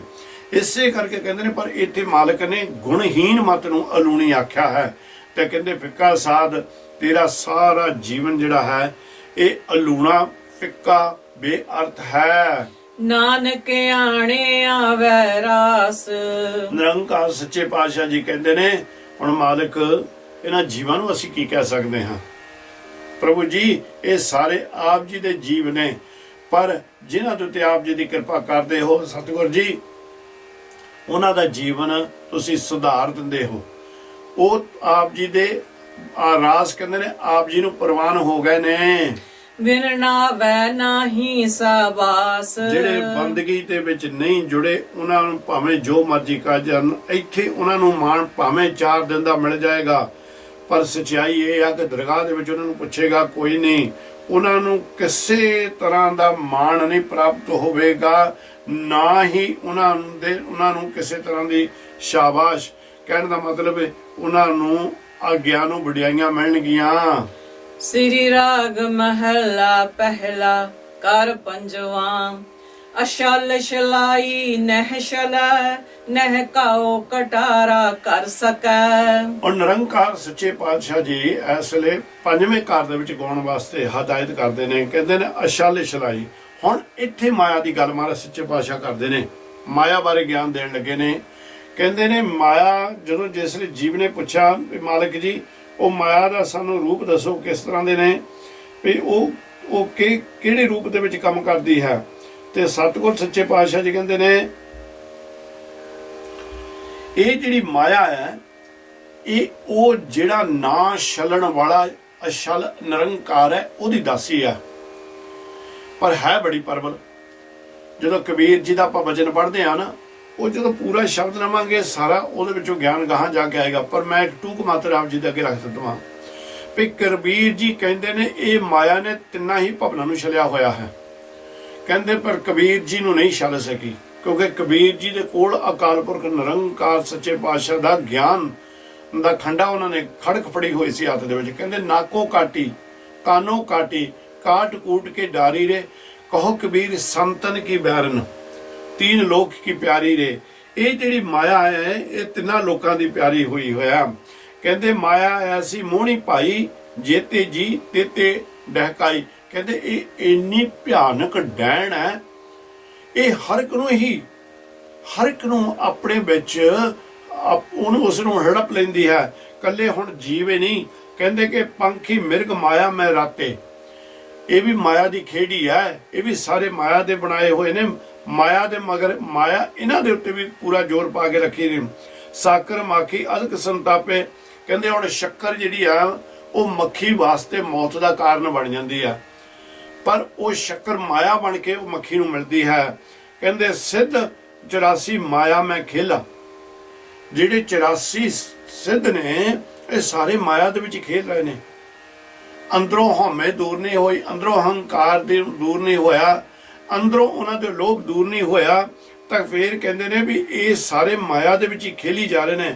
ਮਾਇਆ ਦੀ ਹੀ ਸਾਰੀ ਖੇਡ ਇਹਨਾਂ ਦੇ ਉੱਤੇ ਏਡੀ ਵੱਡੀ ਉਹ ਹੈ, ਕਿਉਂਕਿ ਤਿੰਨਾਂ ਲੋਕਾਂ ਦੀ ਪਿਆਰਾ ਹੈ। ਸ਼ਾਇਦ ਜਤੀ ਮਾਇਆ ਕੇ ਬੰਦਾ, ਕਹਿੰਦੇ ਵੀ ਜਿਹੜੇ ਮਾਇਆ ਦੇ ਹੀ ਇਹ ਸਾਰੇ ਗੁਲਾਮ ਨੇ। ਨਾਵੇ ਨਾਥ ਸੂਰਜ ਔਰ ਚੰਦਾ ਤਬੇ ਰਖੀਸਰ ਮਾਇਆ ਮੈਂ ਸੂਤਾ। ਕਹਿੰਦੇ ਵੀ ਇਹ ਜਿਹੜੇ ਚੰਦ ਸੂਰਜ ਨੇ, ਦੇਵਤੇ ਨੇ, ਇਹ ਵੀ ਮਾਇਆ ਦੇ ਅਧੀਨ ਨੇ। ਤਬੇ ਰਖੀਸਰ ਮਾਇਆ ਮੈਂ ਸੂਤਾ, ਮਾਇਆ ਮੈਂ ਕਾਲ ਅਤ ਪੰਚ ਦੂਤਾ। ਕਹਿੰਦੇ ਮਾਇਆ ਐਡੀ ਵਧੀਆ, ਕਾਲ ਨੂੰ, ਸਮੇਂ ਨੂੰ, ਮੌਤ ਨੂੰ ਵੀ ਮਾਇਆ ਦੇ ਅਧੀਨ ਹੈ। ਬੜਾ ਲੰਬਾ ਇਹ ਸ਼ਬਦ ਹੈ, ਜਿਸ ਕਰਕੇ ਆਪਾਂ ਨੂੰ ਸਤਿਗੁਰ ਸੱਚੇ ਪਾਤਸ਼ਾਹ ਜੀ ਇਸ ਬਾਰੇ ਗਿਆਨ ਦਿੰਦੇ ਹੀ ਨੇ। ਤੇ ਜਿਹੜੇ ਕਹਿੰਦੇ ਇਹਦੇ ਮਗਰ ਲੱਗ ਗਏ ਨੇ, ਜਾਂ ਜਿਹੜੇ ਇਹਦੇ ਜਾਲ ਦੇ ਵਿੱਚ ਫਸ ਗਏ ਨੇ, ਉਹ ਕਹਿੰਦੇ ਉਹ ਕੀ ਹੁੰਦੇ ਨੇ? ਮਾਇਆ ਲੱਗ ਭੂਲੋ ਸੰਸਾਰ। ਸਾਰਾ ਸੰਸਾਰ ਮਾਇਆ ਦੇ ਪਿੱਛੇ ਲੱਗ ਕੇ ਉਸ ਅਕਾਲ ਪੁਰਖ ਨੂੰ ਭੁੱਲ ਜਾਂਦਾ ਹੈ। ਇਹ ਏਡੀ ਮੱਤ ਇਹਦੇ ਉੱਤੇ ਪਰਦੇ ਪਾ ਦਿੰਦੀ, ਏਡੀ ਬਲਵਾਨ ਹੈ ਇਹ। ਆਪ ਭੁਲਾਇਆ ਭੁਲਾਵਣ ਹਾਰੇ, ਰਾਜ ਰਿਹਾ ਵਿਰਥਾ ਵਿਹਾਰ। ਕਹਿੰਦੇ ਇਹ ਵੀ ਉਹਦੀ ਖੇਡ ਹੈ, ਕਿਉਂਕਿ ਮਾਇਆ ਉਸ ਨੇ ਬਣਾਈ। ਹੁਣ ਜਿਹੜੀ ਧਨ ਦੌਲਤ ਹੈ, ਧਨ ਦੌਲਤ ਤਾਂ ਏਦੂ ਰੂਪ ਦੇ ਵਿੱਚ ਇੱਥੇ ਠੀਕ ਹੈ। ਇਹ ਮਤ ਕਹੋ, ਗੁਰੂ ਨੇ ਇਹ ਨਹੀਂ ਕਿਤੇ ਕਿਸੇ ਨੂੰ ਕਿਹਾ ਭਈ ਤੂੰ ਏਦੂ ਸੰਸਾਰ ਦੇ ਉੱਤੇ ਖਾਣਾ ਪੀਣਾ ਨਹੀਂ, ਏਦੂ ਸੰਸਾਰ ਦੇ ਉੱਤੇ ਤੈਨੂੰ ਧੀਆਂ ਪੁੱਤ ਨਹੀਂ ਚਾਹੀਦੇ, ਏਦੂ ਸੰਸਾਰ ਦੇ ਉੱਤੇ ਤੈਨੂੰ ਸੋਹਣੇ ਘਰ ਤੇ ਸੋਹਣੀਆਂ ਗੱਡੀਆਂ ਨਹੀਂ ਚਾਹੀਦੀਆਂ, ਤੈਨੂੰ ਇਹ ਨਹੀਂ ਵੀ ਤੇਰਾ ਬੈਂਕ ਬੈਲੈਂਸ ਨਹੀਂ ਹੋਣਾ ਚਾਹੀਦਾ, ਹਰ ਇੱਕ ਚੀਜ਼ ਹੋਣੀ ਚਾਹੀਦੀ ਹੈ। ਪਰ ਕਹਿੰਦੇ ਸੁਚੇਤ ਇੰਨਾ ਹੋ ਜਾ ਕਿ ਸਭ ਕੁਝ ਹੋਣ ਦੇ ਬਾਵਜੂਦ ਤੈਨੂੰ ਜਿਹੜਾ ਜਿਸ ਨੇ ਤੈਨੂੰ ਸਭ ਕੁਝ ਦਿੱਤਾ ਉਹ ਨਾ ਭੁੱਲ ਜਾਵੇ। ਹੁਣ ਕਈ ਜੀਵ ਨੇ ਮੇਰੇ ਨਾਲ ਖੁਦ ਇਹ ਚੀਜ਼ਾਂ ਵਰਤੀਆਂ ਨੇ। ਜਦੋਂ ਉਹਨਾਂ ਨੂੰ ਮਾਇਆ ਦੀ ਲੋੜ ਪੈਂਦੀ ਹੁੰਦੀ ਸੀ, ਉਹਨਾਂ ਨੇ ਆਣ ਕੇ ਕਹਿਣਾ ਸਾਨੂੰ ਭਾਈ ਮਾਇਆ ਚਾਹੀਦੀ ਥੋੜੀ ਬੜੀ, ਅਸੀਂ ਉਹਨਾਂ ਨੂੰ ਕਿਸੇ ਨਾ ਕਿਸੇ ਰੂਪ ਦੇ ਵਿੱਚ ਮਾਇਆ ਦੇ ਦਿੰਦੇ ਹੁੰਦੇ ਸਨ। ਪਰ ਗੁਰਮੁਖ ਪਿਆਰਿਓ, ਯਕੀਨ ਕਰਕੇ ਜਾਣਿਓ, ਇਹ ਸੰਸਾਰ ਦੇ ਉੱਤੇ ਸਿਆਣੇ ਕਹਿੰਦੇ ਹੁੰਦੇ ਸਨ ਵੀ ਜੇ ਕਿਸੇ ਨਾਲ ਦੁਸ਼ਮਣੀ ਪਾਉਣੀ ਜਾਂ ਬੋਲ ਵਿਗਾੜ ਕਰਨਾ, ਉਹਨੂੰ ਮਾਇਆ ਦੇ ਦਿਓ। ਇਹ ਸੱਚ ਹੈ। ਮੇਰੇ ਨਾਲ ਇਹ ਖੇਡਾਂ ਵਰਤੀਆਂ ਨੇ। ਜਦੋਂ ਅਸੀਂ ਸਮਾਂ ਆਇਆ, ਸਾਨੂੰ ਉਸ ਮਾਇਆ ਦੀ ਜ਼ਰੂਰਤ ਪਈ, ਮੰਗੀ, ਉਹ ਬੋਲਣੋਂ ਵੀ ਹਟ ਗਿਆ। ਤੇ ਕਈ ਐਸੇ ਨੇ ਉਹ ਜ਼ਰੂਰ ਕਹਿੰਦੇ ਨੇ ਦੇਵਾਂਗੇ ਦੇਵਾਂਗੇ ਦੇਵਾਂਗੇ। 20 ਸਾਲ ਹੋ ਗਿਆ, ਗੁਰਮੁਖ ਪਿਆਰਿਓ ਬੜੀ ਬੇਅੰਤ ਮਾਇਆ ਹੈ, ਪਰ ਨਹੀਂ ਦਿੱਤੀ। ਸੋ ਇਸ ਕਾਰਨ ਕਰਕੇ ਫਿਰ ਆਪਾਂ ਨੂੰ ਕੀ ਕਰਨਾ ਪੈਂਦਾ? ਆਪਾਂ ਨੂੰ ਉਹ ਨਿਰੰਕਾਰ ਸੱਚੇ ਪਾਤਸ਼ਾਹ ਦੀ ਖੇਡ ਦੇ ਵਿੱਚ ਆਪਣੇ ਜੀਵਨ ਨੂੰ ਹੀ ਤਬਦੀਲ ਕਰਨਾ ਪੈਂਦਾ। ਮੈਂ ਇੱਕ ਛੋਟੀ ਜਿਹੀ ਬੇਨਤੀ ਆਪ ਜੀ ਨਾਲ ਸਾਂਝੀ ਕਰਾਂ। ਮੈਂ ਆਪਣੇ ਬਾਰੇ ਗੱਲ ਕਰਨ ਲੱਗਿਆ। ਅਸੀਂ ਦੋਨੋਂ ਜਣੇ, ਮੇਰੇ ਜਿਹੜੇ ਫਾਦਰ ਇਨ ਲਾਅ ਸੀ, ਮੇਰੇ ਜਿਹੜੇ ਸਹੁਰਾ ਸਾਹਿਬ ਸਨ, ਮੇਰੇ ਪਿਤਾ ਜੀ ਬਹੁਤ ਸਿਆਣੇ ਗਿਆਨੀ, ਪੁਰਾਣੀ ਗਿਆਨੀ ਉਹਨਾਂ ਨੇ ਪਾਸ ਕੀਤੀ ਹੋਈ ਸਨ, ਬੜੇ ਸੁਲਝੇ ਹੋਏ ਸਨ। ਇੱਕ ਵਾਰ ਕੀ ਹੋਇਆ ਨਾ, ਜਿਨ੍ਹਾਂ ਨੇ ਸਾਡੇ ਕੋਲੋਂ ਮਾਇਆ ਲਈ ਤੇ ਕੁਝ ਸਾਡੇ ਉੱਤੇ ਵੀ ਭੀੜ ਬਣ ਗਈ। ਐਸੀ ਗੱਲ ਨਹੀਂ ਵੀ ਦੁੱਖ ਸਾਨੂੰ ਨਹੀਂ ਆਉਂਦੇ, ਦੁੱਖ ਸਾਨੂੰ ਵੀ ਆਉਂਦੇ ਨੇ। ਤੇ ਹੋ ਸਕਦਾ ਕਿ ਇਸ ਵੇਲੇ ਵੀ ਦੁੱਖਾਂ ਦੇ ਵਿੱਚ ਦੀ ਅਸੀਂ ਲੰਘਦੇ ਹੋਈਏ, ਪਰ ਕੁਝ ਸਾਨੂੰ ਮਾਇਆ ਦੀ ਖਾਸ ਜ਼ਰੂਰਤ ਪੈ ਗਈ। ਤੇ ਅਸੀਂ ਨਾ ਸਾਰਿਆਂ ਨੂੰ ਟੈਲੀਫੋਨ ਕੀਤੇ ਵੀ ਭਾਈ ਦੇਖੋ ਵੱਡੀ ਜ਼ਿਆਦੀ ਭੀੜ ਪਈ ਹੋਈ ਹੈ, ਭਈ ਕਿਰਪਾ ਕਰੋ ਸਾਨੂੰ ਮਾਇਆ ਵਾਪਸ ਦੇਵੋ। ਤੇ ਕਈਆਂ ਨੇ ਮੁੜ ਕੇ ਉਹ ਤੋਂ ਬਾਅਦ ਟੈਲੀਫੋਨ ਹੀ ਚੱਕਣੇ ਬੰਦ ਕਰ ਦਿੱਤੇ, ਤੇ ਕਈਆਂ ਨੇ ਇੱਥੇ ਤੱਕ ਕਹਿ ਦੇਵਾਂ ਵੀ ਜਦੋਂ ਹੋਈ ਅਸੀਂ ਦੇ ਦੇਵਾਂਗੇ, ਇਹ ਤੋਂ ਸਮਝ ਲਓ ਵੀ ਨਹੀਂ ਮਿਲਣੀ। ਤੇ ਮੈਂ ਨਾ ਬੈਠਾ ਇੱਕਦਮ ਸੋਚ ਰਿਹਾ ਸੀਗਾ ਵੀ ਭਾਈ ਵੀ ਮਾਇਆ ਬੜਿਆਂ ਲੋਕਾਂ ਨੇ ਲੈ ਲਈ, ਪਰ ਕੋਈ ਵਾਪਸ ਨਹੀਂ ਦੇ ਰਿਹਾ। ਤੇ ਮੈਨੂੰ ਥੋੜੀ ਜਿਹੀ ਉਦਾਸੀ ਹੋਈ ਸੀਗੀ। ਤੇ ਜਦੋਂ ਇਹ ਜਿਹੜੇ ਸਿਆਣੇ ਪੁਰਸ਼ ਹੁੰਦੇ ਨੇ, ਇਹ ਪਰਮਾਤਮਾ ਦਾ ਰੂਪ ਬਣ ਕੇ ਤੁਹਾਨੂੰ ਆਣ ਕੇ ਕੋਈ ਗਿਆਨ ਦਿੰਦੇ ਨੇ, ਤਾਂ ਹੀ ਅਸੀਂ ਮਾਂ ਬਾਪ ਨੂੰ ਰੱਬ ਤੋਂ ਪਹਿਲਾਂ ਰੱਖ ਲੈਂਦੇ ਹਾਂ।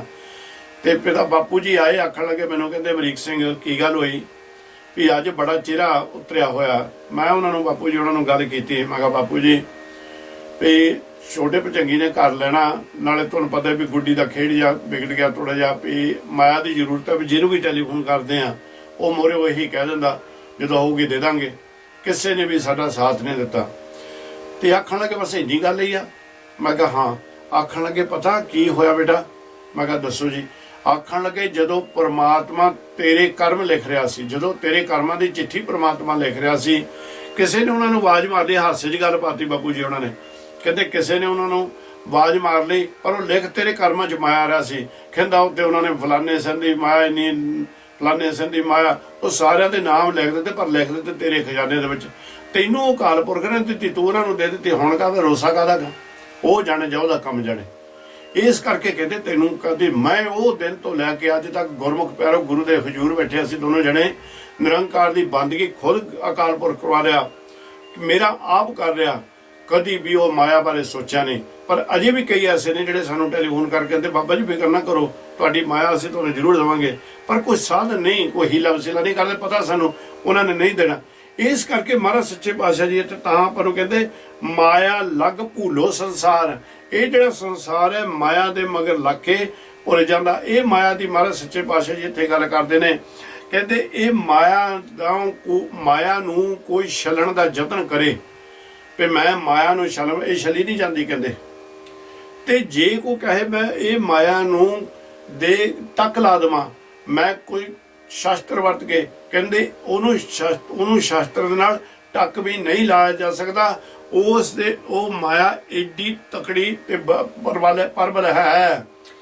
ਜਿਉ ਸਾਹਿਬ ਰਾਖੈ ਤਿਉ ਰਹੈ, ਇਸ ਲੋਭੀ ਕਾ ਜੀਓ ਟਲ ਪਲਾ। ਦੇਖੋ ਜੇ ਨਿਰੰਕਾਰ ਸੱਚੇ ਪਾਤਸ਼ਾਹ ਜੀ ਕਿਰਪਾ ਕਰਦੇ ਨੇ, ਕਹਿੰਦੇ ਨੇ ਵੀ ਜਿਉ ਸਾਹਿਬ ਰੱਖੇ ਤਿਉ ਰਹੇ। ਇਹ ਮਾਇਆ ਵੀ ਜਿੱਦਾਂ ਸਤਿਗੁਰ ਸੱਚੇ ਪਾਤਸ਼ਾਹ ਜੀ ਨੂੰ ਰੱਖਣੀ ਚਾਹੁੰਦੇ ਨੇ ਨਾ, ਉਦਾਂ ਹੀ ਰਹਿ ਰਹੀ ਆ, ਉਦਾਂ ਹੀ ਕੰਮ ਕਰ ਰਹੀ ਆ। ਹੁਣ ਜੇ ਭਾਵਨਾ ਵਾਲੇ ਆਪਾਂ ਅਰਥੇ ਦੇ ਪਾਵਾਂਗੇ ਵੀ ਇਹ ਸੰਸਾਰ ਦੇ ਜੀਵ ਜੇ ਜੋ ਚਲੇਗਾ ਗੱਲ ਖਤਮ। ਪਰ ਹੁਣ ਤੂੰ ਉਹਦੇ ਹੁਕਮ ਦੇ ਵਿੱਚ ਚੱਲ ਰਿਹਾ, ਜੇ ਤੈਨੂੰ ਹੁਕਮ ਦੀ ਸੋਝੀ ਆ ਗਈ, ਜਿੱਦਾਂ ਤੈਨੂੰ ਪ੍ਰਮਾਤਮਾ ਰੱਖ ਰਿਹਾ ਉਸ ਤਰ੍ਹਾਂ ਉਹਦੀ ਰਜ਼ਾ ਦੇ ਵਿੱਚ ਰਹਿ। ਇਹ ਜਿਹੜਾ ਲੋਭੀ ਜੀ ਆ ਤੇਰਾ, ਇਸ ਨੂੰ ਹੁਣ ਮਾਇਆ ਵੱਲੋਂ ਉਪਰਾਮ ਕਰ ਲਾ, ਮਾਇਆ ਤੋਂ ਇਹਨੂੰ ਪਰੇ ਕਰ ਲਾ, ਇਹਨੂੰ ਟਾਲ ਦੇ। ਹੁਣ ਮਾਇਆ ਦੇ ਮੋਰੇ ਮਾਇਆ ਨੂੰ ਦੇਖ ਕੇ ਬਾਰ-ਬਾਰ ਡੋਲੀ ਨਾ ਜਾ। ਬਿਨ ਤੇਲ ਦੀਵਾ ਕਿਉਂ ਜਲੈ। ਨਿਰੰਕਾਰ ਸੱਚੇ ਪਾਤਸ਼ਾਹ ਕਹਿੰਦੇ ਨੇ ਹੁਣ ਖਿਆਲ ਕਰੀ ਤੇਰਾ ਸਰੀਰ ਜਿਹੜਾ ਹੈ ਇਹ ਦੀਵਾ ਹੈ। ਇਹ ਜਿੱਦਾਂ ਦੀਵਾ, ਹੁਣ ਪਹਿਲੇ ਦੀਵੇ ਬਾਹਰਲੇ ਦੀਵੇ ਦੀ ਗੱਲ ਕਰਨੀ ਹੈ। ਪ੍ਰਾਤਨ ਸਮੇਂ ਦੇ ਵਿੱਚ ਮਹਾਰਾਜ ਉਦੋਂ ਹੁੰਦੇ ਸੀ ਵੀ ਆਪਾਂ ਜਦੋਂ ਦੀਵਾ ਜਗਾਉਂਦੇ ਹੁੰਦਾ ਸੀ, ਦੀਵੇ ਦੇ ਆਲੇ ਦੁਆਲੇ ਸਾਰਾ ਪਰਿਵਾਰ ਬਹਿ ਕੇ ਪ੍ਰਸ਼ਾਦਾ ਪਾਣੀ ਛਕ ਲੈਂਦਾ ਹੁੰਦਾ ਸੀ। ਦੀਵੇ ਦਾ ਕੰਮ ਹੈ ਹਨੇਰੇ ਨੂੰ ਭਜਾਉਣਾ, ਤੇ ਅਸੀਂ ਸਾਡੇ ਅੰਦਰ ਹਨੇਰਾ ਹੈ, ਗੂ ਹਨੇਰਾ, ਰੂ ਨਿਰੰਕਾਰ ਦਾ ਨਾਮ ਜਿਹੜਾ ਹੈ ਉਹ ਚਾਨਣ ਦੇਣ ਵਾਲਾ ਦੀਵਾ। ਕਹਿੰਦੇ ਬਿਨ ਤੇਲ ਦੀਵਾ ਕਿਉਂ ਚਲੇ। ਹੁਣ ਇੱਥੇ ਚਾਰ ਚੀਜ਼ਾਂ ਜਿਹੜੀਆਂ ਇਕੱਠੀਆਂ ਕਰਦੇ ਨੇ, ਦੀਵਾ ਚਾਹੀਦਾ, ਤੇਲ ਚਾਹੀਦਾ, ਬੱਤੀ ਚਾਹੀਦੀ ਆ। ਇਹ ਤਿੰਨੇ ਚੀਜ਼ਾਂ ਜੇ ਇੱਕ ਦੂਜੇ ਦੇ ਲਾਗੇ ਪਈਆਂ ਹੁਣ ਭਾਈ ਇਹ ਦੀਵਾ ਨਹੀਂ ਜਲੇਗਾ। ਹੁਣ ਦੀਵਾ ਉਦੋਂ ਜਲੂਗਾ ਜਦੋਂ ਸਾਡੇ ਕੋਲ ਉਹਨੂੰ ਜਗਾਉਣ ਵਾਸਤੇ ਕੋਈ ਸਾਧਨ ਆ ਗਿਆ, ਜਾਂ ਮੈਚਿਸ ਲਾ ਲਓ, ਡੱਬੀ ਲਾ ਲਓ। ਸੋ ਮਾਲਕ ਕਹਿੰਦੇ ਨੇ ਵੀ ਤੇਲ ਤੋਂ ਬਗੈਰ ਜੇ ਇਹ ਜੁਦੀ ਰਹੀ, ਇਹ ਤਿੰਨਾਂ ਦਾ ਮਿਲਾਪ ਨਾ ਹੋਇਆ, ਇਹ ਦੀਵਾ ਨਹੀਂ ਜਗਣਾ। ਰਹਾਉ ਪੋਥੀ ਪੁਰਾਣ ਕਮਾਈਐ, ਪਵੱਟੀ ਇਤ ਤਨ ਪਾਈਐ। ਆਖਣ ਲੱਗੇ ਲੈ ਸੁਣ ਲਾ, ਹੁਣ ਮੈਂ ਤੈਨੂੰ ਦੱਸਦਾ ਵੀ ਇਹ ਦੀਵਾ ਤੇਰੇ ਅੰਦਰ ਕਿਸ ਤਰ੍ਹਾਂ ਜਗੇਗਾ। ਇਸ ਤੇਰੇ ਸਰੀਰ ਦੇ ਅੰਦਰ ਗਿਆਨ ਦਾ ਦੀਵਾ ਕਿਸ ਤਰ੍ਹਾਂ ਜਗੇਗਾ। ਉਹ ਦੀਵਾ ਜਿਹੜਾ ਤੈਨੂੰ ਸੱਚੇ ਮਾਰਗ ਦੇ ਉੱਤੇ ਤੋਰੇਗਾ। ਕਹਿੰਦੇ ਪਹਿਲਾਂ ਤਾਂ ਇਹ ਕਰ, ਜਿਹੜੀਆਂ ਧਰਮਕ ਦੀਆਂ ਪੁਸਤਕਾਂ ਨੇ, ਧਰਮਕ ਦੇ ਗ੍ਰੰਥ ਹਨ, ਉਹਨਾਂ ਗ੍ਰੰਥਾਂ ਨੂੰ ਵਿੱਚ ਜੋ ਲਿਖਿਆ ਉਹ ਕਮਾ। ਜੇ ਤੂੰ ਮੁਸਲਮਾਨ ਹੈ ਤੇ ਤੂੰ ਕਿਤਾਬਾਂ ਪੜ੍ਹ ਰਿਹਾ, ਕੁਰਾਨ ਸ਼ਰੀਫ ਪੜ੍ਹ ਰਿਹਾ, 5 ਵੇਲੇ ਤੂੰ ਨਮਾਜ਼ ਦੇ ਰਿਹਾ, ਮਾਲਕ ਕਹਿੰਦੇ ਨੇ ਵੀ ਉਸ ਦਾ ਅਸਰ ਕਰ, ਉਸ ਦਾ ਤੇਲ ਬਣਾ। ਉਹ ਜਿਹੜੇ ਨਿਰੰਕਾਰ ਸੱਚੇ ਪਾਤਸ਼ਾਹ ਜੀ ਹੈ ਉਸ ਦਾ ਤੇਲ ਬਣਾ। ਤੇ ਜੇ ਤੂੰ ਬ੍ਰਾਹਮਣ ਹੈ ਤਾਂ ਫਿਰ ਜਿਹੜੇ ਤੂੰ ਗੀਤਾ, ਵੇਦ, ਸ਼ਾਸਤਰ, ਰਮਾਇਣ, ਹੋਰ ਧਰਮ ਦੇ ਗ੍ਰੰਥ ਪੜ੍ਹਦਾ, ਉਹਨਾਂ ਚੋਂ ਗਿਆਨ ਲੈ ਕੇ ਉਹ ਅਕਾਲ ਪੁਰਖ ਸੱਚੇ ਪਾਤਸ਼ਾਹ ਦੇ ਅਕਾਲ ਪੁਰਖ ਸੱਚੇ ਪਾਤਸ਼ਾਹ ਨੂੰ ਟੋਲਣ ਦਾ ਗਿਆਨ ਉਹਨਾਂ ਦੇ ਵਿੱਚੋਂ ਲੈ। ਤਾਂ ਕਹਿੰਦੇ ਫਿਰ ਕੀ ਹੋਏਗਾ, ਜਿਸ ਵੇਲੇ ਉਹ ਕਮਾਈ ਕਰੇਗਾ, ਜੇ ਤੂੰ ਸਿੱਖ ਹੈ, ਜੋ ਗੁਰੂ ਗ੍ਰੰਥ ਸਾਹਿਬ ਮਹਾਰਾਜ ਸੱਚੇ ਪਾਤਸ਼ਾਹ ਦੀ ਮਰਜ਼ਾਦਾ ਉਹਦੇ ਵਿੱਚ ਆਪਣਾ ਜੀਵਨ ਬਤੀਤ ਕਰ। ਤੇ ਜੇ ਤੂੰ ਅਸਾਈ ਆ ਤੇ ਫਿਰ ਜੋ ਤੇਰੇ ਧਰਮ ਦੇ ਮੁਖੀਆਂ ਨੇ ਜੋ ਵੀ ਉਸ ਵੇਲੇ ਬਾਈਬਲ ਲਿਖੀ ਹੈ ਉਹਦੇ ਵਿੱਚ ਆਪਣਾ ਜੀਵਨ ਬਤੀਤ ਕਰ। ਪੜ੍ਹੀ ਨਾ ਜਾ, ਪਰ ਉਸ ਨੂੰ ਆਪਣੇ ਜੀਵਨ ਦਾ ਆਧਾਰ ਬਣਾ ਲੈ। ਕਹਿੰਦੇ ਜਿਸ ਵੇਲੇ ਤੂੰ ਇਹ ਜੀਵਨ ਦਾ ਆਧਾਰ ਬਣਾ ਲਿਆ, ਸਮਝ ਲਓ ਵੀ ਕੀ ਹੋਏਗਾ, ਭਉ ਬੱਟੀ। ਹੁਣ ਇਹ ਤਾਂ ਹੋ ਗਿਆ ਨਾ, ਦੀਵਾ ਬਣ ਗਿਆ ਆਪਣਾ। ਹੁਣ ਭਉ ਦੀ ਬੱਟੀ, ਪ੍ਰਮਾਤਮਾ ਦੇ ਡਰ ਦੀ ਵੱਟੀ ਬਣਾ। ਉਹ ਜਿਹੜੀ ਆਪਾਂ ਜਿਹੜੀ ਜੋਤ ਜੇ ਮੋਹਰੇ ਧਾਗੇ ਦੀ ਦੂਸਰੇ ਦੇ ਰੂਹ ਦੀ ਬਣਾਉਣੇ ਆ ਵੱਟੀ। ਕਹਿੰਦੇ ਫੇਰ ਕੀ ਕਰ, ਇਹਨੂੰ ਇਸ ਸਰੀਰ ਦੇ ਵਿੱਚ ਪਾ। ਸਰੀਰ ਦੇ ਵਿੱਚ ਜਿਹੜਾ ਤੇਰਾ ਹੈ ਹੁਣ ਤੇਲ ਵੀ ਬਣ ਗਿਆ ਤੇਰਾ, ਉਹ ਜਿਹੜਾ ਗਿਆਨ ਹੈ, ਜਿਹੜੇ ਗਿਆਨ ਦੇ ਵਿੱਚ ਤਾਂ ਜੀਵਨ ਬਤੀਤ ਕਰਨਾ। ਹੁਣ ਵੱਟੀ ਪੈ ਗਈ ਉਹ ਅਕਾਲ ਪੁਰਖ ਨਿਰੰਕਾਰ ਸੱਚੇ ਪਾਤਸ਼ਾਹ ਵਾਹਿਗੁਰੂ ਦੇ ਡਰ ਦੀ। ਸੱਚ ਬੁੱਝਣ ਆਣ ਜਲਾਈਐ। ਕਹਿੰਦੇ ਉਹ ਅਕਾਲ ਪੁਰਖ ਸੱਚੇ ਪਾਤਸ਼ਾਹ ਨੂੰ ਸੱਚੇ ਨੂੰ ਪਹਿਚਾਣ ਲਾ, ਜਿਹੜਾ ਹਰ ਦਾਤ ਦਾ ਮਾਲਕ ਹੈ, ਜਿਹਨੇ ਹਰ ਵਸਤੂ ਬਣਾਈ ਹੋਈ ਹੈ, ਸਭ ਦਾ ਕਰਤਾ, ਉਹਨੂੰ ਪਹਿਚਾਣ ਲਾ। ਕਹਿੰਦੇ ਵੀ ਜਦੋਂ ਉਹਨੂੰ ਤੂੰ ਪਛਾਣ ਲਿਆ ਤੇ ਫਿਰ ਉਹਦੀ ਕਿਰਪਾ ਦੇ ਨਾਲ ਤੇਰੇ ਅੰਦਰ ਇਹ ਦੀਵਾ ਜਗ ਪਾਏਗਾ।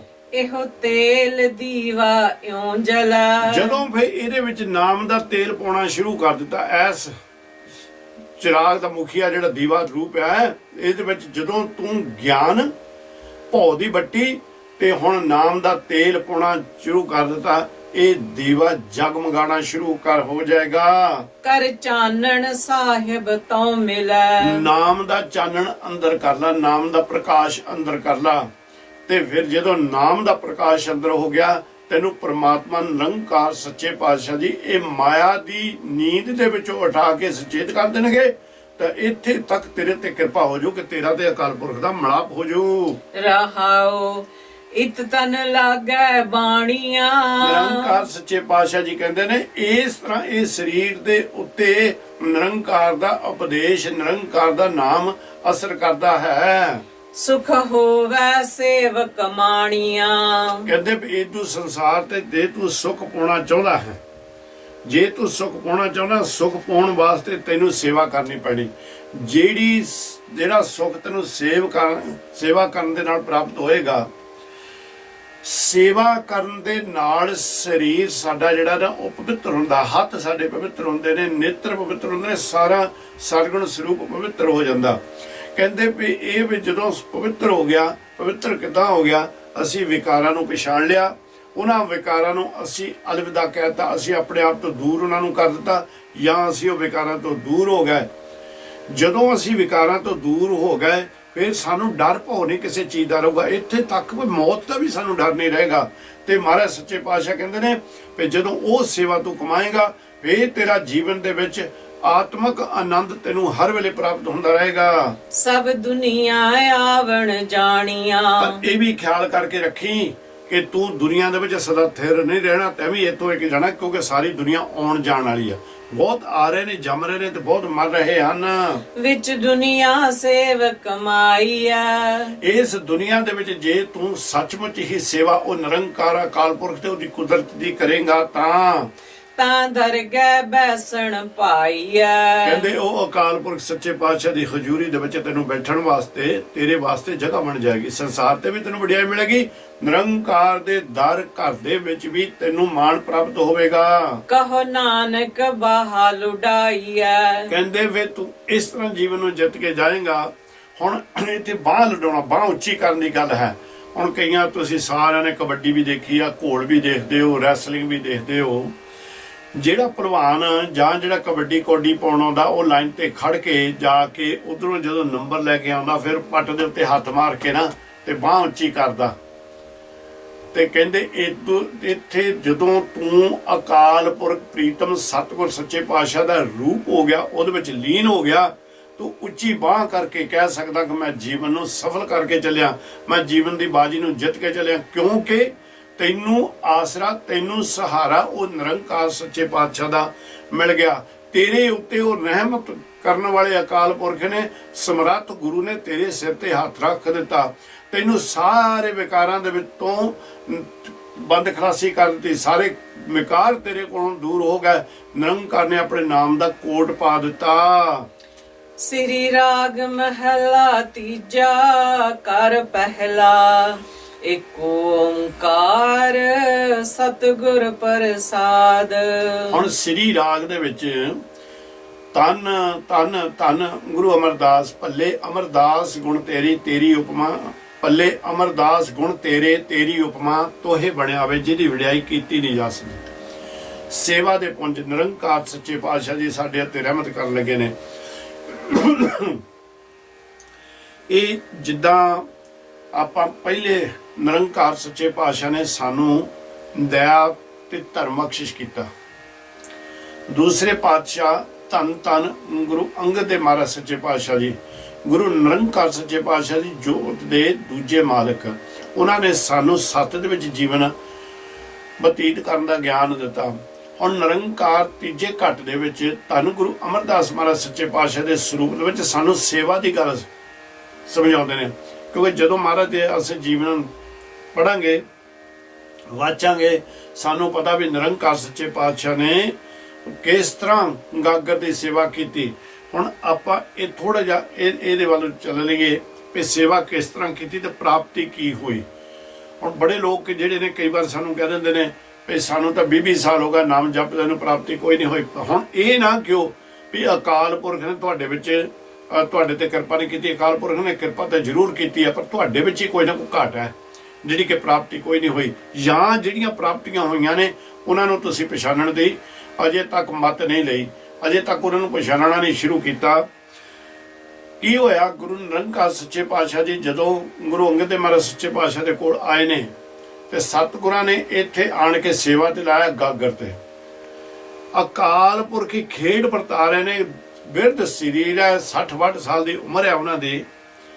ਬਿਆਸ ਨੂੰ ਜਾਂਦੇ ਨੇ, ਅਸੀਂ ਇਹ ਸਾਰਾ ਪਿੰਡਾ ਦੇਖਿਆ ਹੋਇਆ ਹੈ, ਉੱਥੇ ਜਿਹੜੇ ਜੀਵ ਜਾਂਦੇ ਨੇ ਅਸੀਂ ਉਹ ਕੱਟ ਕੇ ਦੇਖਿਆ ਵੀ ਨਿਰੰਕਾਰ ਕਿਰਪਾ ਕਰਕੇ ਸਾਨੂੰ ਗਿਆਨ ਹੋ ਜਾਵੇ ਕਿ ਸਤਿਗੁਰਾਂ ਨੇ ਕਿੰਨੀ ਵੱਡੀ ਮਸ਼ੱਕਤ ਕੀਤੀ, ਕਿੰਨੀ ਵੱਡੀ ਮਿਹਨਤ ਕੀਤੀ, ਕਿੰਨੀ ਉੱਚੀ ਸੁੱਚੀ ਸੇਵਾ ਕੀਤੀ ਤੇ ਗੁਰਤਾ ਗੱਦੀ ਜਾ ਕੇ ਤਾਂ ਪ੍ਰਾਪਤ ਹੋਈ, ਮਾਣ ਪ੍ਰਾਪਤ ਹੋਇਆ ਸਤਿਗੁਰਾਂ ਨੂੰ। ਜਦੋਂ ਸਤਿਗੁਰੂ ਜੀ ਪਹਿਲੇ ਦਰ ਗਏ ਨਾ ਬਿਆਸਾ ਦੇ ਕੰਢੇ ਦੇ ਉੱਤੇ ਗਾਗਰ ਲੈ ਕੇ, ਤਾਂ ਉਹ ਗਾਗਰ ਭਰ ਲਈ ਤੇ ਸਤਿਗੁਰ ਸੱਚੇ ਪਾਤਸ਼ਾਹ ਦਾ ਵਿਰਧ ਸਰੀਰ ਚੱਕੀ ਲੰਘੇ।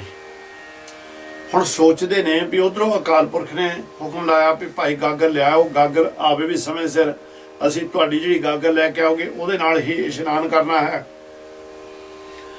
ਤਾਂ ਕਹਿੰਦੇ ਇੰਨੇ ਨੂੰ ਇੱਕ ਉੱਥੋਂ ਦੀ ਬਖਸ਼ੀ ਹੋਈ ਰੂਪ ਕਿਸੇ ਰੂਪ ਦੇ ਵਿੱਚ ਆਈ। ਉਹ ਆਖਣ ਲੱਗੇ ਬਾਪੂ ਕੀ ਗੱਲ ਹੋ ਗਈ? ਉਹ ਆਖਣ ਲੱਗਾ ਵੀ ਪੁੱਤਰਾ ਗਾਗਰ ਆ ਭਰੀ ਜਲ ਦੇ ਨਾਲ ਸੇਵਾ ਕਰਨ ਦੀ ਅੱਜ ਤੋਂ ਡਿਊਟੀ ਲੱਗੀ ਆ ਪਰ ਗਾਗਰ ਚੱਕੀ ਨਹੀਂ ਜਾਂਦੀ। ਇਹ ਭਾਵਨਾ ਵਾਲੀ ਗੱਲ ਹੈ ਗੁਰਮੁਖ ਪਿਆਰਿਓ।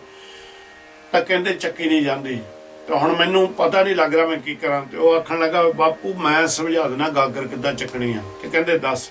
ਆਖਣ ਲੱਗੇ ਗਾਗਰ ਭਰ ਲੈ ਤੇ ਆਪ ਚੁੱਭਾ ਮਾਰ ਕੇ ਨੀਵਾਂ ਹੋ ਜਾ, ਗਾਗਰ ਨੂੰ ਥੱਲਿਓਂ ਚੱਕਤਾ ਹਾਂ, ਮੋਢੇ ਤੇ ਰੱਖ ਕੇ ਗਾਗਰ ਨੂੰ ਚੱਕ ਲਾ। ਤੇ 12 ਸਾਲ ਸਤਿਗੁਰ ਸੱਚੇ ਪਾਤਸ਼ਾਹ ਨੇ ਨੀਵੇਂ ਹੋ ਕੇ ਉਹ ਗਾਗਰ ਨੂੰ ਚੱਕ ਕੇ ਆਪ ਵੀ ਇਸ਼ਨਾਨ ਹੋ ਜਾਣਾ, ਨਿਰੰਕਾਰ ਵਾਸਤੇ ਵੀ ਜਲ ਲੈ ਕੇ ਆਉਣਾ।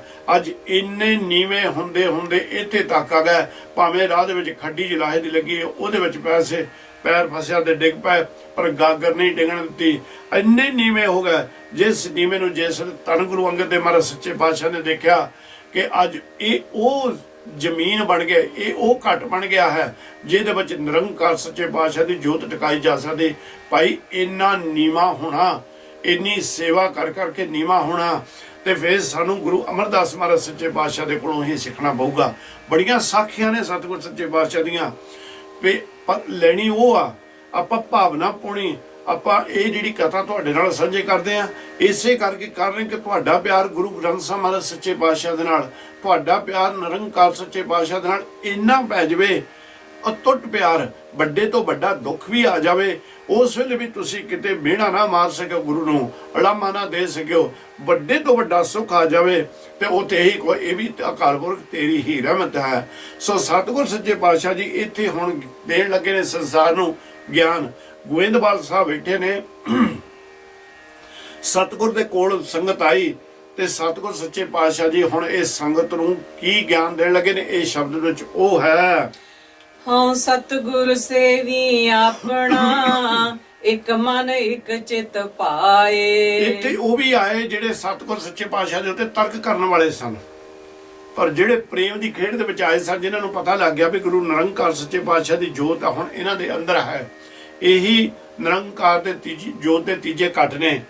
ਤੇ ਸਤਿਗੁਰ ਉਹਨਾਂ ਨੂੰ ਕਹਿੰਦੇ ਨੇ ਹਉ ਸਤਿਗੁਰ ਸੇਵੀ ਆਪਣਾ। ਮੈਂ ਕਹਿੰਦੇ ਮੈਂ ਵੀ ਇਸੇ ਤਰ੍ਹਾਂ ਸੇਵਾ ਕੀਤੀ ਤੇ ਅੱਜ ਇੱਥੇ ਪਹੁੰਚ ਗਿਆ ਹਾਂ। ਭਾਈ ਤੁਸੀਂ ਵੀ ਸਾਰੇ ਉਹ ਅਕਾਲ ਪੁਰਖ ਨਿਰੰਕਾਰ ਵਾਹਿਗੁਰੂ ਦੀ ਸੇਵਾ ਇਦੂ ਰੂਪ ਦੇ ਵਿੱਚ ਕਰੋ। ਸਾਧ ਸੇਵਾ ਕੀਤੀ ਸਫਲ ਹੈ ਜੇ ਸਤਿਗੁਰ ਕਾ ਮਨ ਮੰਨੇ। ਕਹਿੰਦੇ ਆਪਾਂ ਸਤਿਗੁਰ ਦਾ ਮਨ ਬਣਾਉਣਾ। ਕਹਿੰਦੇ ਉਹ ਸੇਵਾ ਇਸ ਤਰ੍ਹਾਂ ਕਰੋ, ਇੱਕ ਮਨ ਤੇ ਇੱਕ ਚਿੱਤ ਦੇ ਨਾਲ। ਇਹਦੇ ਵਿੱਚ ਕਈ ਵਾਰ ਕੀ ਹੁੰਦਾ ਨਾ, ਸੇਵਾ ਕਰਦਿਆਂ ਨੂੰ ਸਾਨੂੰ ਮਾਣ ਵੀ ਹੋ ਜਾਂਦਾ ਵੀ ਸਾਡੇ ਵਰਗੀ ਸੇਵਾ ਕੋਈ ਨਹੀਂ ਕਰ ਸਕਦਾ। ਸਾਡੇ ਨਾਲ ਮੈਂ ਅੱਗੇ ਵੀ ਬੇਨਤੀ ਕੀਤੀ ਸੀ, ਚਾਚਾ ਦਰਸ਼ਨ ਸਿੰਘ ਜੀ, ਇਹ ਸ੍ਰੀ ਗੁਰੂ ਸਿੱਖ ਸਭਾ ਸਾਊਥ ਹਾਲ ਲੰਡਨ ਇੰਗਲੈਂਡ ਦੇ ਵਿੱਚ ਹੈ।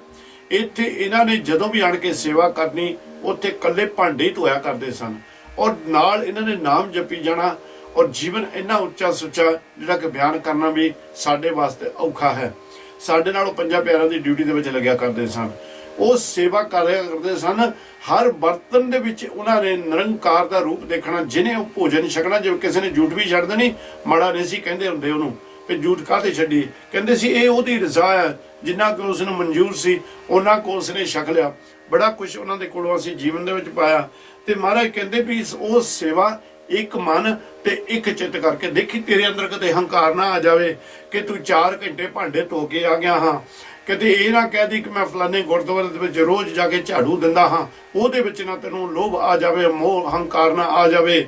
ਕਹਿੰਦੇ ਇਹ ਹੰਕਾਰ ਦੇ ਪਤਾ ਨਹੀਂ ਲੱਗਣਾ ਕਿਹੜੇ ਰੂਪ ਦੇ ਵਿੱਚ ਤੈਨੂੰ ਆਣ ਕੇ ਬੁੱਝ ਲੈਣਾ, ਕਿਸ ਤਰ੍ਹਾਂ ਇਹਨੇ ਆਣ ਕੇ ਤੇਰੇ ਉੱਤੇ ਪਰਦਾ ਪਾ ਦੇਣਾ। ਪਰ ਹਰ ਵੇਲੇ ਸੁਚੇਤ ਹੋ ਕੇ ਸੇਵਾ ਕਰ, ਇੱਕ ਚਿੱਤ ਤੇ ਇੱਕ ਮਨ ਕਰਕੇ ਉਸ ਨਿਰੰਕਾਰ ਦੀ ਸੇਵਾ ਕਰ। ਹਰ ਵੇਲੇ ਉਹਨੂੰ ਅੰਗ ਸੰਗ ਸਹਾਈ ਤੇ ਅੰਗ ਸੰਗ ਜਾਣ ਕੇ। ਸਤਿਗੁਰ ਮਨ ਕਾਮਨਾ ਤੀਰਥ ਹੈ, ਜਿਸਨੋਂ ਦੇ ਬੁਝਾਏ। ਨਿਰੰਕਾਰ ਸੱਚੇ ਪਾਤਸ਼ਾਹ ਜੀ ਗੁਰੂ ਜੀ ਗਿਆਨ ਦੇ ਰਹੇ ਨੇ ਵੀ ਉਹ ਤਾਂ ਕਾਮ ਵਾਸ਼ਨਾ ਨਹੀਂ ਇੱਥੇ ਹੈ, ਹਾਂ ਕਾਮਨਾ ਜਿਹੜੀ ਹੁੰਦੀ ਆ, ਜੋ ਇੱਛਾ, ਉਹ ਸਾਰੀਆਂ ਮਨ ਦੀਆਂ ਇੱਛਾ ਪੂਰੀਆਂ ਕਰਨ ਵਾਲਾ ਉਹ ਨਿਰੰਕਾਰ ਆਪ ਹੈ। ਉਹ ਆਪ ਹੈ, ਉਹ ਸਮੁੰਦਰ ਹੈ, ਉਹ ਆਪ ਤੀਰਥ ਹੈ, ਜਿਹਦੇ ਵਿੱਚ ਚੁੱਭੀ ਲਾਇਆ ਤੇ ਸਾਰੀਆਂ ਮਨੋਕਾਮਨਾ ਪੂਰੀਆਂ ਹੋ ਜਾਂਦੀਆਂ ਨੇ। ਪਰ ਜਿਸ ਦੇ ਉੱਤੇ ਕਿਰਪਾ ਕਰਦਾ ਸੁਰਜੀ ਉਹਨੂੰ ਹੀ ਆਉਂਦੀ ਹੈ। ਮਨ ਚਿੰਦਿਆ ਵਰ ਪਾਵਣਾ, ਜੋ ਇੱਛੇ ਸੋ ਫਲ ਪਾਏ। ਨਿਰੰਕਾਰ ਦੇ ਕੋਲੋਂ ਕਿਹੜੀ ਚੀਜ਼ ਹੈ ਜਿਹੜੀ ਹਾਸਲ ਨਹੀਂ ਕੀਤੀ ਜਾ ਸਕਦੀ, ਪਰ ਸਾਨੂੰ ਜਾਂਚ ਹੋਣੀ ਚਾਹੀਦੀ ਹੈ ਨਾ ਵੀ ਕਿੱਦਾਂ ਮੰਗਣਾ ਕਿਸ ਤਰ੍ਹਾਂ ਹੈ। ਇਹ ਨਾ ਹੋਵੇ ਵੀ ਜਦੋਂ ਸਾਨੂੰ ਜ਼ਰੂਰਤ ਪੈ ਜਾਵੇ ਉਦੋਂ ਹੀ ਅਸੀਂ ਮੰਗਣ ਵਾਸਤੇ ਗੁਰਦੁਆਰੇ ਜਾਈਏ, ਉੱਦਾਂ ਜਾ ਕੇ ਭਾਵੇਂ ਨਿੰਦਿਆ ਦੇ ਵਿੱਚ ਹੀ ਹਰ ਵੇਲੇ ਬੈਠੇ ਰਹੀਏ, ਜਾਂ ਗੁਰਦੁਆਰੇ ਵੀ ਗਏ ਤੇ ਥੱਲੇ ਬੈਠੇ ਅਖਬਾਰਾਂ ਪੜ੍ਹੀ ਜਾਈਏ। ਕੋਈ ਭਾਵੇਂ 2 ਸਾਲ ਪੁਰਾਣਾ ਰਸਾਲਾ ਹੋ ਜਾਵੇ ਉਹ ਪੜ੍ਹੀ ਜਾਈਏ, ਸੰਗਤ ਦੇ ਵਿੱਚ ਬੈਠੀਏ ਨਾ। ਪਰ ਜਿੱਦਣ ਕੋਈ ਮਾੜਾ ਜਿਹਾ ਦੁੱਖ ਆ ਗਿਆ ਤੇ ਜਾਂ ਤਾਂ ਗੁਰੂ ਨੂੰ ਫਿਰ ਅਸੀਂ ਮਾੜਾ ਚੰਗਾ ਕਹਿਣਾ ਸ਼ੁਰੂ ਕਰ ਦਿੱਤਾ, ਜਾਂ ਫਿਰ ਉਸ ਵੇਲੇ ਅਰਦਾਸਾਂ ਕਰਾਉਣਾ ਪਏ। ਕਹਿੰਦੇ ਨਹੀਂ, ਜੇ ਤੂੰ ਜਿੱਦੂ ਜਗ੍ਹਾ ਦੇ ਉੱਤੇ ਜਾਣਾ, ਜੇ ਤੂੰ ਇਹ ਸੱਚਮੁੱਚ ਹੀ ਮਨ ਦੇ ਇੱਛਾ ਪੂਰੀਆਂ ਕਰਨੀਆਂ ਨੇ, ਫਿਰ ਕਹਿੰਦੇ ਉਹ ਨਿਰੰਕਾਰ ਸੱਚੇ ਪਾਤਸ਼ਾਹ ਦੀ ਬੰਦਗੀ ਦੇ ਵਿੱਚ ਜੁੜ, ਉਹਦੀ ਸੇਵਾ ਦੇ ਵਿੱਚ ਲੱਗ, ਆਪਣੇ ਆਪ ਨੂੰ ਜਨਮਣਾ। ਜਦੋਂ ਤੂੰ ਜਨਮਣ ਗਿਆ ਤੇਰੀਆਂ ਸਾਰੀਆਂ ਇੱਛਾ ਨਿਰੰਕਾਰ ਸੱਚੇ ਪਾਤਸ਼ਾਹ ਜੀ ਪੂਰੀਆਂ ਕਰ ਦਿੰਦੇ, ਤੇਰੀ ਇੱਛਾ ਨੂੰ ਫਲ ਲਾ ਦਿੰਦੇ ਨੇ। ਨਾਉ ਧਿਆਈਐ ਨਾਉ ਮੰਗੀਐ, ਨਾਮੇ ਸਹਿਜ ਸਮਾਏ। ਹਰ ਇੱਕ ਚੀਜ਼ ਤਾਂ ਤੈਨੂੰ ਦੇ ਦਿੱਤੀ ਉਹਨੇ, ਸਰੀਰ ਦੇ ਪਾਲਣ ਪੋਸ਼ਣ ਵਾਸਤੇ ਜੋ ਸੰਸਾਰ ਦੇ ਉੱਤੇ ਤੈਨੂੰ ਬੱਚੇ ਵੀ ਦੇ ਦਿੱਤੇ, ਔਰਤ ਵੀ ਦੇ ਦਿੱਤੀ, ਜਾਂ ਔਰਤ ਨੂੰ ਮਰਦ ਵੀ ਦੇ ਦਿੱਤਾ, ਘਰ-ਬਾਰ ਵੀ ਦੇ ਦਿੱਤਾ, 4 ਛਿੱਲੜ ਵੀ ਤੈਨੂੰ ਦੇ ਦਿੱਤੇ, ਮਾਣ ਸਤਿਕਾਰ ਵੀ ਤੈਨੂੰ ਦੇ ਦਿੱਤਾ, ਸਾਖ ਸੰਬੰਧੀ ਵੀ ਤੈਨੂੰ ਦੇ ਦਿੱਤੇ। ਕਹਿੰਦੇ ਹੋਰ ਤੂੰ ਚਾਹੁੰਦਾ ਕੀ ਹੈ ਇੱਥੋਂ, ਕੀ ਚਾਹੁੰਦਾ ਹੋਰ ਤੂੰ? ਸਭ ਕੁਝ ਤੈਨੂੰ ਉਸਨੇ ਦੇ ਦਿੱਤਾ। ਸਵਾਸ ਲੈਣ ਵਾਸਤੇ ਹਵਾ ਦੇ ਦਿੱਤੀ, ਸਰੀਰ ਦੇ ਵਿੱਚ ਨਿੱਘ ਰੱਖਣ ਵਾਸਤੇ ਤੈਨੂੰ ਅੱਗ ਦੇ ਦਿੱਤੀ, ਕੱਪੜਾ ਤਨ ਦੇ ਉੱਤੇ ਪਾਉਣ ਨੂੰ ਦੇ ਦਿੱਤਾ। ਸਤਿਗੁਰ ਸੱਚੇ ਪਾਤਸ਼ਾਹ ਨੇ ਪਿਆਸ ਮਿਟਾਉਣ ਲਈ ਜਲ ਦੇ ਦਿੱਤਾ, ਭੋਜਨ ਵਾਸਤੇ ਜਿਮੀ ਭੋਏ ਤੈਨੂੰ ਦੇ ਦਿੱਤੀ ਮਾਂ ਬਣਾ ਕੇ। ਹੋਰ ਚਾਹੁੰਦਾ ਕੀ ਆ? ਪਰ ਜੇ ਤੂੰ ਫਿਰ ਵੀ ਅਜੇ ਕੋਈ ਐਸੀ ਚੀਜ਼ ਮੰਗਣੀ ਚਾਹੁੰਦਾ ਜਿਹੜੀ ਪਿੱਛੇ ਰਹਿ ਗਈ ਹੈ, ਫਿਰ ਕਹਿੰਦੇ ਵੀ ਉਹਦੇ ਕੋਲ ਇਹ ਮੰਗ। ਤਾਂ ਕਹਿੰਦੇ ਨਾਮ ਧਿਆਈਏ, ਨਾਮ ਮੰਗ ਤੇ ਨਾਮ ਨੂੰ ਧਿਆ, ਤੇ ਨਾਮ ਦੀ ਕਿਰਪਾ ਦੇ ਨਾਲ, ਅਕਾਲ ਪੁਰਖ ਦੀ ਕਿਰਪਾ ਨਾਲ ਅਡੋਲਤਾ ਦੇ ਵਿੱਚ ਸਮਾ ਜਾ। ਅਡੋਲਤਾ ਵਾਲਾ, ਇੱਕ ਟਿਕਾ ਵਾਲਾ ਤੂੰ ਜੀਵਨ ਆਪਣਾ ਬਣਾ ਲਾ।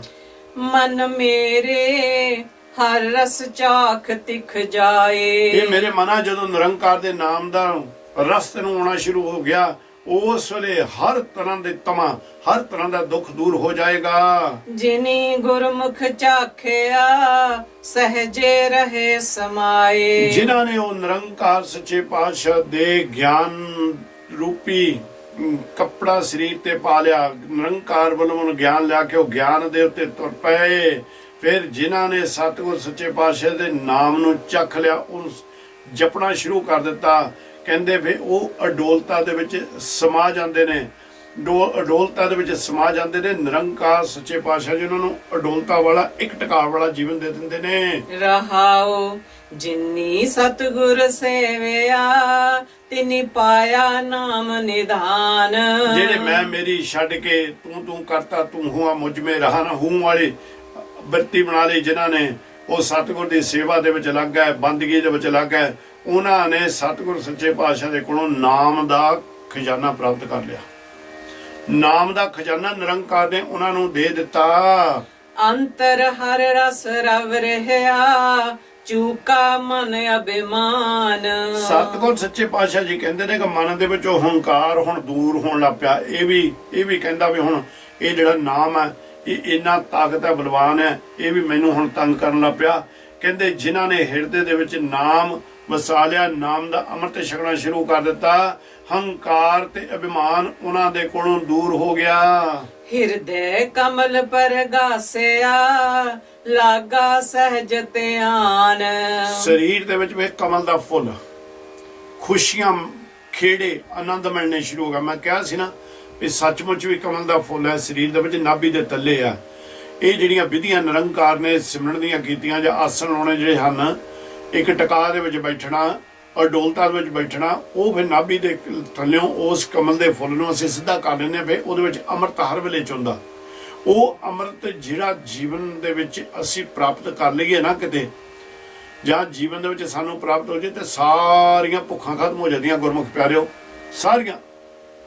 ਤੇ ਕਹਿੰਦੇ ਪਰ ਮਿਲਣਾ ਉਸ ਵੇਲੇ ਹੈ ਜਿਸ ਵੇਲੇ ਉਹ ਨਾਮ ਨੇ ਕਿਰਪਾ ਉਦੋਂ ਕਰਨੀ ਹੈ ਜਿਸ ਵੇਲੇ ਸਾਡਾ ਅਡੋਲਤਾ, ਸਾਡਾ ਸਹਿਜ ਧਿਆਨ, ਇੱਕ ਧਿਆਨ ਨਿਰੰਕਾਰ ਦੇ ਚਰਨਾਂ ਦੇ ਵਿੱਚ ਹੀ ਲੱਗਾ ਰਿਹਾ। ਮਨ ਨਿਰਮਲ ਹਰ ਰਵ ਰਹਿਆ ਪਾਇਆ ਦਰਗਹਿ ਮਾਨ। ਜਦੋਂ ਫਿਰ ਭਾਈ ਉਹ ਅੰਮ੍ਰਿਤ ਛਕਣਾ ਅਸੀਂ ਸ਼ੁਰੂ ਕਰ ਦਿੰਦੇ, ਫਿਰ ਹੋਰ ਕੋਈ ਚੰਗੀ ਚੀਜ਼ ਨਹੀਂ ਲੱਗਦੀ, ਕੋਈ ਚੀਜ਼ ਚੰਗੀ ਨਹੀਂ ਲੱਗਦੀ ਉਸ ਵੇਲੇ। ਫਿਰ ਮਨ ਦੇ ਵਿੱਚ ਆਸਾ ਤ੍ਰਿਸ਼ਨਾ ਵੀ ਰਹਿੰਦੀ ਨਹੀਂ ਵੀ ਕੋਈ ਗੁਰੂ ਦੇ ਕੋਲੋਂ ਕੋਈ ਚੀਜ਼ ਮੰਗੀ ਹੈ। ਤਾਂ ਹੀ ਬਾਬਾ ਫਰੀਦ ਜੀ ਕਹਿੰਦੇ ਨੇ ਸ਼ੱਕਰ ਖੰਡ ਨਿਵਾਤ ਗੁੜ ਮਾਖਿਓ ਮਾਂਜਾ ਦੁੱਧ, ਉਹ ਸਭੇ ਵਸਤੂ ਮਿੱਠੀਆਂ ਰੱਬ ਨਾ ਪੂਜਣ ਦੁੱਧ। ਬਰਾਬਰ ਦੇ ਪ੍ਰਮਾਤਮਾ ਦੇ ਨਾਮ ਦੇ ਬਰਾਬਰ ਨਹੀਂ ਕੋਈ ਵੀ ਚੀਜ਼ ਨੇ। ਪ੍ਰਮਾਤਮਾ ਦੇ ਨਾਮ ਦੇ ਉੱਤੇ ਹੋਣਗੀਆਂ ਆਪਣੀ ਆਪਣੀ ਜਗ੍ਹਾ ਦੇ ਉੱਤੇ ਬੜੀਆਂ ਮਿੱਠੀਆਂ। ਤੇ ਮਹਾਰਾਜ ਸੱਚੇ ਪਾਤਸ਼ਾਹ ਤਾਂ ਹੀ ਕਹਿੰਦੇ ਨੇ ਫਿਰ ਉਹ ਅਕਾਲ ਪੁਰਖ ਦੀ ਕਿਰਪਾ ਦੇ ਨਾਲ ਨਾਮ ਦੇ ਅੰਮ੍ਰਿਤ ਦੇ ਵਿੱਚ ਜਦੋਂ ਮਨ ਚੁਭੀਆਂ ਲਾਉਣਾ ਸ਼ੁਰੂ ਕਰ ਦਿੰਦਾ, ਉਹ ਨਿਰਮਲ ਹੋ ਜਾਂਦਾ ਤੇ ਉਸ ਨੂੰ ਇੱਥੇ ਤੇ ਦਰਗਾਹ ਦੇ ਵਿੱਚ ਮਾਨ ਹਾਸਲ ਹੁੰਦਾ ਹੈ। ਸਤਿਗੁਰ ਸੇਵਨ ਆਪਣਾ ਤੇ ਵਿਰਲੇ ਸੰਸਾਰ। ਵਿਰਲੇ ਨੇ ਜਿਨ੍ਹਾਂ ਦੇ ਉੱਤੇ ਕਿਰਪਾ ਸਤਿਗੁਰ ਸੱਚੇ ਪਾਤਸ਼ਾਹ ਜੀ ਕਰਦੇ ਨੇ। ਮੈਂ ਬਾਈ ਅਨੇਕਾਂ ਵਾਰ ਗਾਹਾਂ ਵੀ ਬੇਨਤੀ ਕਰਨੀ ਹੈ, ਪਹਿਲਾਂ ਵੀ ਮੈਂ ਕਰਕੇ ਆਪਣੇ ਆਪ ਨੂੰ ਵਿਰਲੇ ਜਾਣੋ, ਬਣਾਓ, ਵਿਰਲੇ ਹੋ। ਹੁਣ ਇਹ ਨਾ ਕਹੋ ਵੀ ਨਹੀਂ ਭਾਈ ਕਈ ਮੈਨੂੰ ਕਈਆਂ ਦੇ ਕੋਲ ਜਾਣਾ ਪੈਂਦਾ ਕਰਕੇ ਨਾ, ਕਈ ਕਹਿ ਦਿੰਦੇ ਨੇ ਕੋਈ ਨਹੀਂ ਬਾਬਾ ਜੀ ਹੁਣ ਤਾਂ ਸਾਡੀ 80-85 ਸਾਲ ਦੀ ਉਮਰ ਹੋ ਗਈ, 70-75 ਦੇ ਹੋ ਗਏ ਆ, ਮੋਰਲੀ ਵਾਰੀ ਆਵਾਂਗੇ ਤਾਂ ਫਿਰ ਨਾਮ ਜਪ ਲਾਂਗੇ, ਅੰਮ੍ਰਿਤ ਛਕ ਲਾਂਗੇ।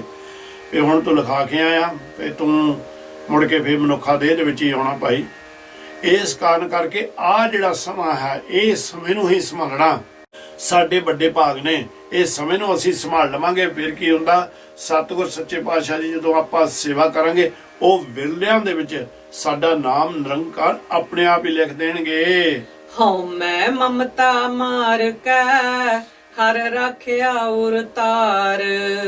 ਹੰਗਤਾ ਮਮਤਾ ਹਉਮੈ ਆਸਾ ਤ੍ਰਿਸ਼ਨਾ ਦੀ ਲਾਲਸਾ ਜਿਹੜੀ, ਜਾਂ ਪਦਾਰਥਾਂ ਦੀ ਜਿਹੜੀ ਲਾਲਸਾ ਹੈ, ਪਦਾਰਥਾਂ ਦੀ, ਉਹਨਾਂ ਤੋਂ ਕੋਲੋਂ ਜਦੋਂ ਅਸੀਂ ਉਪਰਾਮ ਲੈ ਲਿਆ, ਉਹਨਾਂ ਨੂੰ ਮਾਰ ਦਿੱਤਾ ਤੇ ਆਪਣੇ ਆਪ ਹੀ ਨਿਰੰਕਾਰ ਦਾ ਨਾਮ ਸਾਡੇ ਹਿਰਦੇ ਦੇ ਵਿੱਚ ਟਿਕਣਾ ਸ਼ੁਰੂ ਹੋ ਜਾਏਗਾ। ਹਉ ਤਿਨ ਕੈ ਬਲਹਾਰਣ ਜਿਨ੍ਹਾਂ ਨਾਮੇ ਲੱਗਾ ਪਿਆਰ। ਇਹ ਸੰਸਾਰ ਦੇ ਉੱਤੇ ਫਿਰ ਜੀਵ ਜਿਹੜੇ ਨੇ ਉਹਨਾਂ ਤੋਂ ਬਲਿਹਾਰੇ ਜਾਂਦੇ ਨੇ, ਉਹਨਾਂ ਨੂੰ ਪ੍ਰਣਾਮ ਕਰਦੇ ਨੇ ਜਿਨ੍ਹਾਂ ਦੇ ਅੰਦਰ ਨਿਰੰਕਾਰ ਦਾ ਨਾਮ ਵਸ ਗਿਆ। ਸੇਈ ਸੁਖੀਏ ਚੌ ਜੁਗੀ ਜਿਨ੍ਹਾਂ ਨਾਮ ਖੁੱਟ ਅਪਾਰ। ਜਿਨ੍ਹਾਂ ਨਿਰੰਕਾਰ ਸੱਚੇ ਪਾਤਸ਼ਾਹ ਦੇ ਨਾਮ ਦਾ ਖਜ਼ਾਨਾ ਹਾਸਲ ਹੋਗਾ, ਜਿਹੜਾ ਕਿ ਅਤੁੱਟ ਹੈ, ਕਦੀ ਮੁੱਕਣ ਵਾਲਾ ਨਹੀਂ। ਉਹ ਸਦਾ ਹੀ ਚੌ ਜੁਗਾਂ ਦੇ ਵਿੱਚ ਹੀ ਸਦਾ ਆਨੰਦ ਖੇੜੇ ਦੇ ਵਿੱਚ ਰਹਿੰਦੇ ਹਨ। ਗੁਰ ਮਿਲਿਏ ਨਾਮ ਪਾਈਐ ਚੂਕੈ ਮੋਹ ਪਿਆਸ। ਜੇ ਸਤਿਗੁਰਾਂ ਨੇ ਸਾਰੀਆਂ 84 ਲੱਖ ਜੂਨਾਂ ਦਾ ਸਰਤਾਜ ਸਾਨੂੰ ਬਣਾਇਆ, ਵੀ ਭਾਈ ਸਾਨੂੰ ਇਹ ਸਮਾਂ ਅਜਾਇਆ ਨਹੀਂ ਗਵਾਉਣਾ ਚਾਹੀਦਾ।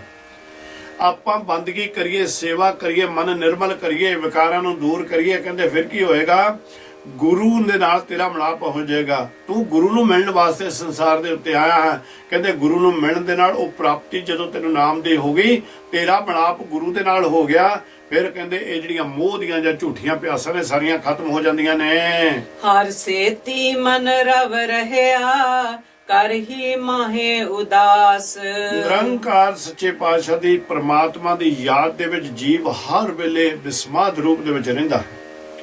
ਜਿਸ ਵੇਲੇ ਵਿਸਮਾਦ ਰੂਪ ਦੇ ਵਿੱਚ ਰਹਿੰਦਾ ਹੈ ਤੇ ਫਿਰ ਮਾਇਆ ਤੋਂ ਮਾਇਆ ਤੋਂ ਕੋਲੋਂ ਉਹ ਦੂਰੀ ਪਾ ਲੈਂਦਾ ਹੈ। ਮਾਇਆ ਤੋਂ ਉਹ ਸੁਚੇਤ ਹੋ ਜਾਂਦਾ। ਮਾਇਆ ਹੋਈ ਨਾਗਨੀ ਜਗਤ ਰਹੀ ਲਪਟਾਏ, ਜੋ ਇਸ ਕੀ ਸੇਵਾ ਕਰੇ ਤਿਸੀ ਕੋ ਫਿਰ ਖਾਏ। ਉਹਦੇ ਨੂੰ ਗਿਆਨ ਹੋ ਜਾਂਦਾ। ਅਖੀਰ ਤੇ ਕੀ ਕਹਿੰਦੇ ਨੇ? ਗੁਰਮੁਖ ਕੋਈ ਗਾਰੜੋ ਜਿਹਨੇ ਦਲਮ ਲਾਈ ਪਾਏ। ਕਹਿੰਦੇ ਫਿਰ ਮਾਇਆ ਦੀ ਸ੍ਰੀ ਜਿਹੜੀ ਸੱਪਦੀ ਆ ਨਾ, ਉਹਦੇ ਉੱਤੇ ਫਿਰ ਗੁਰਮੁਖ ਪੈਰ ਰੱਖ ਲੈਂਦਾ, ਤੈਨ ਮਰੋੜ ਕੇ ਛੱਡ ਦਿੰਦਾ। ਉਹ ਮਾਇਆ ਫਿਰ ਮਗਰ ਭੱਜਦੀ ਆ ਗੁਰਮੁਖ ਦੇ ਕਿ ਮੈਨੂੰ ਸੇਵਾ ਦੇ ਵਿੱਚ ਲਾ ਲਾ, ਮੈਨੂੰ ਵਰਤ ਲਾ, ਪਰ ਉਹ ਸ੍ਰੀ ਦੇ ਉੱਤੇ ਸਿਰ ਰੱਖਦਾ। ਤੇ ਇਸ ਕਰਕੇ ਮਹਾਰਾਜ ਸੱਚੇ ਪਾਤਸ਼ਾਹ ਕਹਿੰਦੇ ਨੇ ਕਿ ਉਹ ਜਿਸ ਵੇਲੇ ਇਹ ਮਾਇਆ ਨੂੰ ਆਪਣੀ ਦਾਸੀ ਬਣਾ ਲੈਂਦਾ, ਕਦੋਂ? ਜਦੋਂ ਨਿਰੰਕਾਰ ਸੱਚੇ ਪਾਤਸ਼ਾਹ ਦੇ ਨਾਮ ਦੇ ਵਿੱਚ, ਇਸ ਸਰੀਰ ਦੇ ਵਿੱਚ ਉਹਦਾ ਨਾਮ ਵਸ ਗਿਆ, ਤੇ ਫਿਰ ਉਹ ਸਦਾ ਹੀ ਨਿਰਲੇਪ ਤੇ ਮਾਇਆ ਦੇ ਕੋਲੋਂ ਬਚ ਕੇ ਰਹਿੰਦਾ ਹੈ। ਜਿਨਾ ਹਰ ਕਾ ਸਾਦੇ ਆਇਆ ਹਉ ਤਿਨ ਬਲਹਾਰੈ ਜਾਸ। ਜਿਨ੍ਹਾਂ ਨੂੰ ਉਹ ਨਾਮ ਦਾ ਰਸ ਆ ਗਿਆ, ਅਸੀਂ ਪਛਾਣ ਲਈਏ, ਪਛਾਣਾਂਗੇ ਉਦੋਂ ਜਿੱਦਣ ਸਾਨੂੰ ਵੀ ਆਉਣਾ ਸ਼ੁਰੂ ਹੋ ਜਾਊਗਾ। ਬ੍ਰਹਮ ਗਿਆਨੀ ਕੀ ਗਤ ਬ੍ਰਹਮ ਗਿਆਨੀ ਜਾਣੇ, ਕੋਈ ਹੋਰ ਤਾਂ ਨਹੀਂ ਬ੍ਰਹਮ ਗਿਆਨੀ ਨੂੰ ਪਛਾਣ ਸਕਦਾ। ਨਾਮ ਭਾਵੇਂ ਲਿਖਾ ਕੇ ਜਿੰਨੇ ਮਰਜ਼ੀ ਤੁਰੇ ਫਿਰਦੇ ਨੇ, ਜਿੰਨਾ ਚਿਰ ਆਪਾਂ ਉੱਥੇ ਨਾ ਪਹੁੰਚਾਂਗੇ ਆਪਾਂ ਕਿੱਦਾਂ ਪਛਾਣ ਲਵਾਂਗੇ ਬੰਦੇ ਦੀ ਅਵਸਥਾ ਕੀ ਚੀਜ਼ ਹੈ? ਨਹੀਂ ਤਾਂ ਅਸੀਂ ਤਾਂ ਨਿੰਦਾ ਦੇ ਵਿੱਚ ਹੀ ਸਮਾਂ ਬਤੀਤ ਕਰਦੇ ਰਹਾਂਗੇ। ਤਾਂ ਮਹਾਰਾਜ ਸੱਚੇ ਪਾਤਸ਼ਾਹ ਤਾਂ ਹੀ ਹੋਏ ਤੇ ਕਹਿੰਦੇ ਨੇ ਵੀ ਜਿਨ੍ਹਾਂ ਨੂੰ ਪ੍ਰਮਾਤਮਾ ਦਾ ਨਾਮ ਆ ਗਿਆ, ਉਹ ਉਹਨਾਂ ਦੇ ਉੱਤੋਂ ਦੀ ਬਲਿਹਾਰੇ ਕਰਵਾਨ ਜਾਂਦੇ ਨੇ, ਤੇ ਜੀਵ ਵੀ ਉਹਨਾਂ ਨੂੰ ਨਮਸਕਾਰ ਕਰਦੇ ਹਨ। ਨਾਨਕ ਨਦਰੀ ਪਾਈਐ ਸੱਚ ਨਾਮ ਗੁਣ ਤਾਸ। ਨਿਰੰਕਾਰ ਸੱਚੇ ਪਾਤਸ਼ਾਹ ਦੀ ਮਿਹਰ ਹੋ ਜਾਵੇ, ਉਹਦੀ ਰਹਿਮਤ ਹੋ ਜਾਵੇ, ਤਾਂ ਹੀ ਅਸੀਂ ਉਹ ਪ੍ਰਮਾਤਮਾ ਦੇ ਨਾਮ ਦੇ ਵਿੱਚ ਲੀਨ ਹੋ ਸਕਦੇ ਹਾਂ। ਉਹ ਪ੍ਰਮਾਤਮਾ ਜਿਹੜਾ ਸਦਾ ਸਥਿਰ ਰਹਿਣ ਵਾਲਾ ਹੈ, ਫਿਰ ਸਾਨੂੰ ਉਸ ਅਕਾਲ ਪੁਰਖ ਨਿਰੰਕਾਰ ਦੇ ਗੁਣਾਂ ਦਾ ਖਜ਼ਾਨੇ ਬਖਸ਼ਿਸ਼ ਹੋ ਜਾਂਦੇ ਨੇ ਜਦੋਂ ਉਹਦੀ ਮਿਹਰ ਹੁੰਦੀ, ਉਹਦੀ ਰਹਿਮਤ ਹੁੰਦੀ ਹੈ। ਸ੍ਰੀ ਰਾਗ ਮਹਲਾ ਤੀਜਾ। ਬਹੁ ਭੇਖ ਕਰ ਪਰਮਾਈਐ ਮਨ ਹਿਰਦੈ ਕਪਟ ਕਮਾਏ। ਇਹ ਫਿਰ ਨਿਰੰਕਾਰ ਸੱਚੇ ਪਾਤਸ਼ਾਹ ਸਾਡੇ ਉੱਤੇ ਕਿਰਪਾ ਕਰਦੇ ਨੇ। ਧੰਨ ਧੰਨ ਗੁਰੂ ਅਮਰਦਾਸ ਮਹਾਰਾਜ ਸੱਚੇ ਪਾਤਸ਼ਾਹ ਜੀ। ਇਸ ਸ਼ਬਦ ਦੀ ਵਿਆਖਿਆ ਕਰਕੇ ਆਪ ਤੋਂ ਛੁੱਟੀ ਅੱਜ ਲੈ ਲੈਣੀ ਹੈ। ਸਤਿਗੁਰ ਕਹਿੰਦੇ ਨੇ ਕਿ ਸੰਸਾਰ ਦੇ ਉੱਤੇ ਬੜੇ ਲੋਕ ਨੇ। ਸੰਸਾਰ ਮਹਾਰਾਜ ਸੱਚੇ ਪਾਤਸ਼ਾਹ ਸੰਗਤ ਨੂੰ ਗੋਇੰਦਵਾਲ ਸਾਹਿਬ ਦੇ ਵਿੱਚ ਬੈਠ ਕੇ ਉਪਦੇਸ਼ ਦੇ ਰਹੇ ਨੇ, ਤੇ ਵੇ ਉਹ ਭੇਖੀ ਉੱਥੇ ਆਏ ਵੀ ਨੇ ਕਿ ਜਿਹੜੇ ਗੁਰੂ ਅੰਗਦ ਦੇ ਮਹਾਰਾਜ ਸੱਚੇ ਪਾਤਸ਼ਾਹ ਦੇ ਪੁੱਤਰ ਸੀ, ਉਹਨਾਂ ਨੇ ਸਤਿਗੁਰ ਦਾ ਸਤਿਕਾਰ ਕੀਤਾ ਨਹੀਂ। ਦਾਤੂ ਨੇ ਆਣ ਕੇ ਲੱਤ ਮਾਰੀ ਆਣ ਕੇ, ਪਰ ਕਿੱਡੀ ਨਿਮਰਤਾ ਉਸ ਅਕਾਲ ਪੁਰਖ ਸੱਚੇ ਪਾਤਸ਼ਾਹ ਦੇ ਅੰਦਰੋਂ ਲੱਤ ਫੜ ਲਈ। ਭਈ ਤੁਸੀਂ ਗੁਰੂ ਪੁੱਤਰ ਹੋ ਕਿ ਤੁਹਾਡੀ ਲੱਤ ਤੇ ਸੱਟ ਤੇ ਨਹੀਂ ਲੱਗੀ, ਸਾਡਾ ਸਰੀਰ ਤਾਂ ਸੁੱਕ ਸੁੱਕੇ ਹੱਡੀਆਂ ਲੱਕੜ ਵਰਗੀਆਂ ਬਣ ਚੁੱਕੀਆਂ ਨੇ। ਕਿੱਡੀ ਨਿਮਰਤਾ ਉਹਨਾਂ ਦੇ ਅੰਦਰ। ਪਰ ਹੁਣ ਉਹ ਮਹਾਰਾਜ ਸੱਚੇ ਪਾਤਸ਼ਾਹ ਕਹਿੰਦੇ ਨੇ ਵੀ ਤੁਹਾਨੂੰ ਬੜੇ ਭੇਖੀ ਆਉਣਗੇ, ਪਰ ਬੜੇ ਲੋਕ ਨੇ ਇੱਥੇ ਜਿਨ੍ਹਾਂ ਨੇ ਇਹ ਭੇਖ ਤਿਆਰ ਕੀਤੇ ਹੋਏ ਨੇ ਕਿ ਅਸੀਂ ਬਹੁਤ ਵੱਡੇ ਧਰਮੀ ਹਾਂ, ਪਰ ਮਨ ਦੇ ਵਿੱਚ ਮਾਇਆ ਦਾ ਕੁੱਤਾ ਉਸੇ ਤਰ੍ਹਾਂ ਹੀ ਭੌਂਕੀ ਜਾਂਦਾ ਹੈ। ਹਰ ਵੇਲੇ ਸੋਚੀ ਤੇ ਜਾਂਦੇ ਨੇ ਮੈਂ ਕਿਸ ਤਰ੍ਹਾਂ ਇਹ ਕਪਟ ਕਰਾਂ ਤੇ ਇਸ ਦੀ ਜਿਹੜੀ ਸਾਰੀਆਂ ਵਸਤੂਆਂ ਨੇ ਉਹਨਾਂ ਨੂੰ ਆਪਣੇ ਹਵਾਲੇ ਕਰ ਲਵਾਂ। ਹਰ ਕਾ ਮਹਲ ਨਾ ਪਾਵਈ ਮਰ ਵਿਸਟਾ ਮਾਹੇ ਸਮਾਏ। ਭੇਖੀ ਬਣ ਕੇ ਜੀਵਨ ਬਤੀਤ ਕਰੀ ਜਾਵੇ, ਜਿੰਨਾ ਕਰਨਾ ਕਰ ਲਵੇ। ਕਹਿੰਦੇ ਕਿ ਨਿਰੰਕਾਰ ਸੱਚੇ ਪਾਤਸ਼ਾਹ ਦੇ ਚਰਨਾਂ ਦੇ ਵਿੱਚ ਉਹਨੂੰ ਨਿਵਾਸ ਨਹੀਂ ਹੋਏਗਾ। ਉਹਦਾ ਇਸ ਤਰ੍ਹਾਂ ਆ ਵੀ ਜਿੱਦਾਂ ਕਿ ਵਿਸਟਾ ਦੇ ਵਿੱਚ ਗੂੰ ਦੇ ਵਿੱਚ ਕੋਈ ਕੀੜਾ, ਗੰਦਗੀ ਦੇ ਵਿੱਚ ਕੋਈ ਕੀੜਾ ਬੈਠਾ, ਹਰ ਵੇਲੇ ਉਹ ਗੰਦਗੀ ਖਾ ਜਾਂਦਾ, ਇਸੇ ਤਰ੍ਹਾਂ ਹੀ ਇਹ ਜੀਵ ਬਣਿਆ ਰਹੇਗਾ। ਮਨ ਰੇ ਗ੍ਰਹੀ ਮਾਹੇ ਉਦਾਸ। ਮੇਰੇ ਮਨਾ ਨਿਰੰਕਾਰ ਦੇ ਨਾਲ ਜੇ ਤੇਰਾ ਅਜੇ ਤੱਕ ਮਿਲਾਪ ਨਹੀਂ ਹੋਇਆ ਤਾਂ ਫਿਰ ਆਪਣੇ ਮਨ ਇਦੂ ਗ੍ਰਹਿ ਦੇ ਵਿੱਚ, ਇਦੂ ਘਟ ਦੇ ਵਿੱਚ ਹੀ ਸਦਾ ਉਦਾਸ ਰਹਿ। ਸੱਚ ਕਰਨੀ ਸੱਚ ਸੰਜਮ ਕਰਨੀ ਸੋ ਕਰੇ ਗੁਰਮੁਖ ਹੋਏ ਪਰਗਾਸ। ਸੱਚ ਸੰਜਮ, ਸੱਚ ਉਹ ਅਕਾਲ ਪੁਰਖ ਨਿਰੰਕਾਰ ਸੱਚੇ ਪਾਤਸ਼ਾਹ ਸਥਿਰ ਰਹਿਣ ਵਾਲਾ, ਸਦਾ ਰਹਿਣ ਵਾਲਾ ਨਾਮ, ਉਹਦੇ ਵਿੱਚ ਲੀਨ ਹੋ ਕੇ ਸੰਜਮੀ। ਸੰਜਮੀ ਕਹਿੰਦੇ ਨੇ ਜਿਹਨੇ ਸਾਰੇ ਵਿਕਾਰਾਂ ਨੂੰ ਕਾਬੂ ਕਰ ਲਿਆ, ਉਹਨੂੰ ਇਸ ਤਰ੍ਹਾਂ ਦੀ ਉਹ ਕਾਰ ਕਰਦਾ ਹੈ ਇਸ ਤਰ੍ਹਾਂ ਦੇ ਉਹ ਕਾਰਜ ਕਰਦਾ ਹੈ ਜਿਹੜੇ ਕਿ ਉੱਚੇ ਤੇ ਸੁੱਚੇ ਨੇ। ਤੇ ਨਿਰੰਕਾਰ ਸੱਚੇ ਪਾਤਸ਼ਾਹ ਕਹਿੰਦੇ ਨੇ ਉਸ ਦੇ ਅੰਦਰ ਜਿਹੜੇ ਇਹ ਕੰਮ ਕਰਨ ਦੇ ਨਾਲ ਨਿਰੰਕਾਰ ਦੇ ਚਰਨਾਂ ਦੇ ਵਿੱਚ ਉਹਨੂੰ ਸ਼ਰਨ ਪ੍ਰਾਪਤ ਹੋ ਜਾਂਦੀ ਹੈ ਤੇ ਉਹਦੇ ਅੰਦਰ ਨਾਮ ਦਾ ਪ੍ਰਗਾਸ ਹੋ ਜਾਂਦਾ ਹੈ, ਚਾਨਣ ਹੋ ਜਾਂਦਾ ਹੈ। ਰਹਾਉ ਗੁਰ ਕੈ ਸ਼ਬਦ ਮਨ ਜੀਤਿਆ, ਗਤ ਮੁਕਤ ਕਰੈ ਮਹਿ ਪਾਏ। ਨਿਰੰਕਾਰ ਸੱਚੇ ਪਾਤਸ਼ਾਹ ਦੀ ਕਿਰਪਾ ਦੇ ਨਾਲ ਮਨ ਨੂੰ ਜਿੱਤ ਲਿਆ ਨਾਮ ਜਪ ਜਪ ਕੇ ਤੇ ਮੁਕਤੀ ਦਾ ਦਰ ਪ੍ਰਾਪਤ ਹੋ ਗਿਆ। ਹਰ ਕਾ ਨਾਮ ਧਿਆਈਐ, ਸਤ ਸੰਗਤ ਮੇਲ ਮਿਲਾਏ। ਨਿਰੰਕਾਰ ਸੱਚੇ ਪਾਤਸ਼ਾਹ ਦਾ ਇੱਕ ਆਸਣ ਬਹਿ ਕੇ ਨਾ ਨਾਮ ਜਪ, ਨਾਮ ਜਪ, ਨਾਮ ਜਪਦੇ ਜਪਦੇ ਕੀ ਹੋਏਗਾ, ਅੰਦਰੋਂ ਅਰਦਾਸਾਂ ਨਿਕਲਣੀਆਂ ਸ਼ੁਰੂ ਹੋ ਜਾਣਗੀਆਂ, ਅੰਦਰੋਂ ਕੂਕਾਂ ਪੈਣੀਆਂ ਸ਼ੁਰੂ ਹੋ ਜਾਣਗੀਆਂ। ਉਹ ਕੂਕਾਂ ਕਿਹੜੀਆਂ, ਤੇ ਕਹਿ ਫਿਰ ਮੈਨੂੰ ਉਹ ਬਖਸ਼ਿਆਂ ਦੀ ਸੰਗਤ ਦੇ ਵਿੱਚ, ਮੈਂ ਸਤਿਗੁਰ ਸੱਚੇ ਪਾਤਸ਼ਾਹ ਜੀ ਮੈਨੂੰ ਬਖਸ਼ਿਆਂ ਦੀ ਸਹੀ ਸਰੂਪ ਵਾਲਿਆਂ ਦੀ ਸੰਗਤ ਦਾ ਮੇਲ ਹੋ ਜਾਵੇ। ਜੇ ਲਖ ਇਸਤਰੀਆਂ ਭੋਗ ਕਰੈ, ਨਵਖੰਡ ਰਾਜ ਕਮਾਹੇ। ਹੁਣ ਆ ਗਈ ਜਿਹੜੇ ਇੱਥੇ ਆਪਣੇ ਆਪ ਨੂੰ ਬਹੁਤ ਧਨਾੜ ਆਖਦੇ ਸਨ, ਰਾਜੇ ਮਹਾਰਾਜੇ ਸਨ, ਕਹਿੰਦੇ ਏਡੇ ਤਕੜੇ ਤਕੜੇ ਮਨਮੁਖਾਂ ਦੀ ਹੁਣ ਨਿਰੰਕਾਰ ਗੱਲ ਕਰਦੇ ਨੇ ਵੀ ਜੇ ਉਹ ਕਾਮ ਵਾਸ਼ਨਾ ਦੇ ਇੰਨਾ ਅਧੀਨ ਹੋਵੇ, 9 ਖੰਡਾਂ ਦੇ ਵਿੱਚ ਉਹਦਾ ਰਾਜ ਚੱਲਦਾ ਹੋਵੇ, ਹਰ ਵਸਤੂ ਉਹਦੇ ਮੋਹਰੇ ਲਿਆ ਕੇ ਟਿਕਾਈ ਜਾਵੇ ਤੇ ਭਾਵੇਂ ਲੱਖਾਂ ਇਸਤਰੀਆਂ ਦੇ ਨਾਲ ਇਹ ਭੋਗ ਵਿਲਾਸ ਕਰ ਲਵੇ। ਬਿਨ ਸਤਗੁਰ ਸੁਖ ਨਾ ਪਾਵਈ, ਫਿਰ ਜੋਨੀ ਪਾਹੇ। ਇਹਦਾ ਕੁਛ ਹੁੰਦਾ ਹੋਏ ਵੀ ਉਹ ਅਕਾਲ ਪੁਰਖ ਦਾ ਸ਼ੁਕਰਾਨਾ ਨਾ ਕਰੇ, ਨਾਮ ਦੇ ਨਾਲ ਨਾ ਜੁੜੇ, ਤਾਂ ਕਹਿੰਦੇ ਫਿਰ ਮੁੜ ਮੁੜ ਕੇ ਉਹਨੂੰ ਇਦੂ ਸੰਸਾਰ ਤੇ 84 ਲੱਖ ਜੂਨ ਦੇ ਵਿੱਚ ਆਉਣਾ ਪੈਂਦਾ ਹੈ। ਮਾਲੇ ਕਹਿੰਦੇ ਨੇ ਗੁਰਮੰਤਰ ਹੀਣਸ ਜੋ ਪ੍ਰਾਣੀ ਤ੍ਰਿਗਯੰਤ ਜੀਵਨ ਭ੍ਰਸ਼ਟ ਨੇ, ਕੁਕਰੇ ਸੁਕਰੇ ਗਰਦ ਵੇ ਕਾਂਕੇ, ਸਰਪ ਨੇ ਤੁਲ ਖਲੇ। ਇਹ 5 ਜੂਨਾ ਮਹਾਰਾਜ ਨੇ ਤੇ ਕਹਿੰਦੇ ਕਾਂ, ਸੱਪ, ਗਧਾ, ਸੂਰ ਤੇ ਇਹ ਜਿਹੜੇ ਵਿਸ਼ਟਾ ਖਾਣ ਵਾਲੇ ਇਹ ਜਿਹੜੇ ਨੇ ਸਰੂਪ, ਕਹਿੰਦੇ ਮੈਂ ਇਹਨਾਂ ਦੇ ਬਰੋਬਰ ਇਹਨਾਂ ਨੂੰ ਖੜਾ ਕਰਾਂਗਾ, ਬਰੋਬਰ ਇਹਨਾਂ ਨੂੰ, ਜਿਹੜੇ ਕਿ ਅਕਾਲ ਪੁਰਖ ਸੱਚੇ ਪਾਤਸ਼ਾਹ ਦੀ ਬੰਦਗੀ ਤੋਂ ਟੁੱਟ ਗਿਆ। ਇੱਥੇ ਮਹਾਰਾਜ ਸੱਚੇ ਪਾਤਸ਼ਾਹ ਨੂੰ ਕਿਰਪਾ ਕੀਤਾ ਵੀ ਜੇ ਤੂੰ ਇਸ ਤਰ੍ਹਾਂ ਦਾ ਵੀ ਹੋਵੇ, ਸਾਰੀ ਜਗ੍ਹਾ ਤੇ ਤੇਰਾ ਰਾਜ ਚੱਲਦਾ ਹੋਵੇ, ਪਰ ਜੇ ਤੇਰੇ ਅੰਦਰ ਪਰਮਾਤਮਾ ਦਾ ਨਾਮ ਨਾ ਹੋਇਆ ਤਾਂ ਉਹ ਮਾੜੀ ਤੋਂ ਮਾੜੀ ਜੂਨ ਦੇ ਵਿੱਚ ਨਿਰੰਕਾਰ ਤੈਨੂੰ ਭੇਜਣਗੇ ਵੀ ਤੂੰ ਸਦਾ ਜਿਹੜਾ ਪਹਿਲਾਂ ਵੀ ਦੁੱਖ ਪ੍ਰਾਪਤ ਕਰਦਾ ਸੀ ਫੇਰ ਵੀ ਇੱਥੇ ਆਣ ਕੇ ਦੁੱਖ ਹੀ ਪ੍ਰਾਪਤ ਕਰੇਗਾ। ਹਰ ਹਾਰ ਕੰਠ ਜਿਨੀ ਪਹਿਰਿਆ, ਗੁਰ ਚਰਣੀ ਚਿਤ ਲਾਏ। ਜਿਨ੍ਹਾਂ ਨੇ ਅਕਾਲ ਪੁਰਖ ਨਿਰੰਕਾਰ ਸੱਚੇ ਪਾਤਸ਼ਾਹ ਦੇ ਨਾਮ ਨੂੰ ਹਿਰਦੇ ਦੇ ਵਿੱਚ ਟਿਕਾ ਲਿਆ, ਜਿਨ੍ਹਾਂ ਨੇ ਨਾਮ ਦਾ ਹਾਰ ਬਣਾ ਲਿਆ, ਗਲ ਦੇ ਵਿੱਚ ਪਾਉਣ ਵਾਲਾ ਹਾਰ, ਕੰਠ ਦੇ ਵਿੱਚ ਹਰ ਵੇਲੇ ਵਾਹਿਗੁਰੂ ਦਾ ਨਾਮ ਜਿਸ ਵੇਲੇ ਚੱਲਣਾ ਸ਼ੁਰੂ ਹੋ ਗਿਆ, ਉਹਨਾਂ ਦਾ ਚਿੱਤ ਆਪਣੇ ਆਪ ਨਿਰੰਕਾਰ ਦੇ ਨਾਲ ਜੁੜ ਜਾਂਦਾ ਹੈ, ਗੁਰੂ ਕਿਰਪਾ ਕਰ ਦਿੰਦਾ ਹੈ। ਤਿੰਨਾ ਪਿੱਛੇ ਰਿਦ ਸਿੱਧ ਫਿਰੈ, ਉਹਨਾਂ ਤਿਲ ਨਾ ਤਮਾਏ। ਜਿਹੜੇ ਨਿਰੰਕਾਰ ਦੇ ਨਾਮ ਨੂੰ ਅਰਾਧਨ ਲਾਪੈ, ਜਪਣ ਲਾਪੈ, ਰਸਨਾ ਜਪੇ ਨਾ ਨਾਮ ਤਿਲ ਤਿਲ ਕੱਟੀਏ ਵਾਲੀ ਮਤ ਨੂੰ ਦੂਰ ਕਰ ਦਿੰਦੇ ਨੇ। ਉਹ ਹਰ ਵੇਲੇ ਰਸਨਾ ਨੂੰ ਪ੍ਰਮਾਤਮਾ ਦੇ ਨਾਮ ਦੇ ਨਾਲ ਜੋੜ ਕੇ ਅੰਦਰ ਉਸ ਨਾਮ ਨੂੰ ਵਸਾਉਣਾ ਸ਼ੁਰੂ ਕਰ ਦਿੰਦੇ ਨੇ। ਉਹਨਾਂ ਦੇ ਮਗਰ 9 ਨਿਧੀਆਂ 18 ਸਿੱਧੀਆਂ ਮਗਰ ਤੁਰੀਆਂ ਫਿਰਦੀਆਂ ਨੇ, ਭੱਜੀਆਂ ਫਿਰਦੀਆਂ ਨੇ। ਉਹ ਗੁਰਮੁਖਾ ਸਾਨੂੰ ਵੀ ਸੇਵਾ ਤੇ ਲਾ ਲਾ, ਸਾਡੇ ਕੋਲੋਂ ਕੁਝ ਸੇਵਾ ਕਰਵਾ ਲਾ। ਪਰ ਜੇ ਕੋਈ ਉਹਨਾਂ ਨੂੰ ਮਾੜਾ ਚੰਗਾ ਕਹਿ ਜਾਂਦਾ ਉਹਨਾਂ ਨੂੰ ਫਰਕ ਨਹੀਂ ਕੋਈ ਪੈਂਦਾ। ਕਾਰਨ ਹੈ ਕਿ ਉਹ ਉਹਨਾਂ ਦੇ ਵਿੱਚ ਵੀ ਅਕਾਲ ਪੁਰਖ ਨੇ ਉਹਨਾਂ ਨੂੰ ਦੱਸਣਾ ਸ਼ੁਰੂ ਹੋ ਜਾਂਦਾ ਤੇ ਉਹਨਾਂ ਨੂੰ ਰਤਾ ਭਰ ਵੀ ਤਮਾਏ ਕਹਿੰਦੇ ਨੇ ਲਾਲਚ ਨੂੰ। ਉਹਨਾਂ ਨੂੰ ਰਤਾ ਭਰ ਵੀ ਲਾਲਚ ਆਣ ਕੇ ਨਹੀਂ ਦੁੱਖ ਦੇ ਸਕਦਾ। ਜੋ ਪ੍ਰਭ ਭਾਵੈ ਸੋ ਥੀਐ, ਅਵਰ ਨ ਕਰਨਾ ਜਾਏ। ਸੰਸਾਰ ਦੇ ਜੀਵੋ ਗੁਰੂ ਕੀ ਸੰਗਤ ਜੋ ਨਿਰੰਕਾਰ ਸੱਚੇ ਪਾਤਸ਼ਾਹ ਨੂੰ ਭਾਉਂਦਾ ਹੈ, ਉਹੀ ਉਹ ਸਭ ਦੇ ਕੋਲੋਂ ਕਰਵਾ ਰਿਹਾ ਹੈ। ਉਹੀ ਜੀਵ ਇੱਥੇ ਕੰਮ ਕਰ ਰਿਹਾ ਹੈ।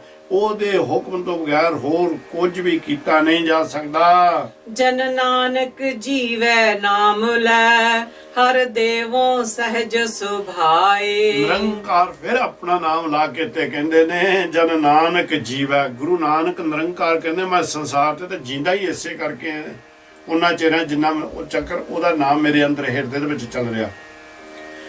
ਤੇ ਸਤਿਗੁਰ ਸੱਚੇ ਪਾਤਸ਼ਾਹ ਜੀ ਫੇਰ ਕਹਿੰਦੇ ਨੇ ਕਿ ਤੇਰੇ ਨਾਮ ਦੀ ਕਿਰਪਾ ਨਾਲ ਮੈਂ ਸਿਮਰ ਕਰਕੇ ਆਤਮਿਕ ਜੀਵਨ ਪ੍ਰਾਪਤ ਕਰ ਲਿਆ ਹੈ, ਪ੍ਰਾਪਤ ਕਰ ਸਕਦਾ ਹਾਂ। ਪ੍ਰਾਪਤ ਕਰ ਸਕੂੰਗਾ ਜੇ ਤੇਰੀ ਕਿਰਪਾ ਹੋ ਜਾਵੇ। ਅੱਜ ਇੰਨੀ ਹੀ ਸੇਵਾ ਆਪ ਜੀ ਨੇ ਪ੍ਰਵਾਨ ਕਰ ਲੈਣੀ। ਬਾਣੀ ਪੜ੍ਹਦਿਆਂ ਤੋਂ, ਅਰਥ ਕਰਦਿਆਂ ਤੋਂ, ਸਤਿਗੁਰ ਦੇ ਗੁਣ ਗਾਉਂਦਿਆਂ ਤੋਂ ਬੜਾ ਭਾਵਨਾ ਦੇ ਨਾਲ ਮਨ ਆਪਣੇ ਆਪ ਹੀ ਉਧਰ ਨੂੰ ਘਰੇ ਚਲੇ ਜਾਂਦਾ ਹੈ। ਇੱਕ ਨਹੀਂ ਅਨੇਕ ਗਲਤੀਆਂ ਹੋ ਗਈਆਂ ਨੇ। ਗੁਰੂ ਕੀ ਸੰਗਤ ਬਖਸ਼ੰਦ ਹੈ, ਬਖਸ਼ੰਦ ਹੈ, ਬਖਸ਼ੰਦ ਹੈ। ਗੁਰੂ ਨਿਰੰਕਾਰ ਦੇ ਚਰਨਾਂ 'ਚ ਅਰਦਾਸ ਕਰਨੀ, ਕਾਮ ਕ੍ਰੋਧ ਲੋਭ ਹੰਕਾਰ ਤੋਂ ਬਚਾ ਕੇ ਆਪਣੀ ਸੇਵਾ ਦੇ ਵਿੱਚ ਸਤਿਗੁਰੂ ਜੀ ਤੇ ਗੁਰੂ ਕੀ ਸੰਗਤ ਦੀ ਸੇਵਾ ਉੱਚੀ ਤੇ ਸੁੱਚੀ ਕਰਵਾ ਲਵੇ। ਫਤਿਹ ਬੁਲਾਓ। ਵਾਹਿਗੁਰੂ ਜੀ ਕਾ ਖਾਲਸਾ, ਵਾਹਿਗੁਰੂ ਜੀ ਕੀ ਫਤਿਹ।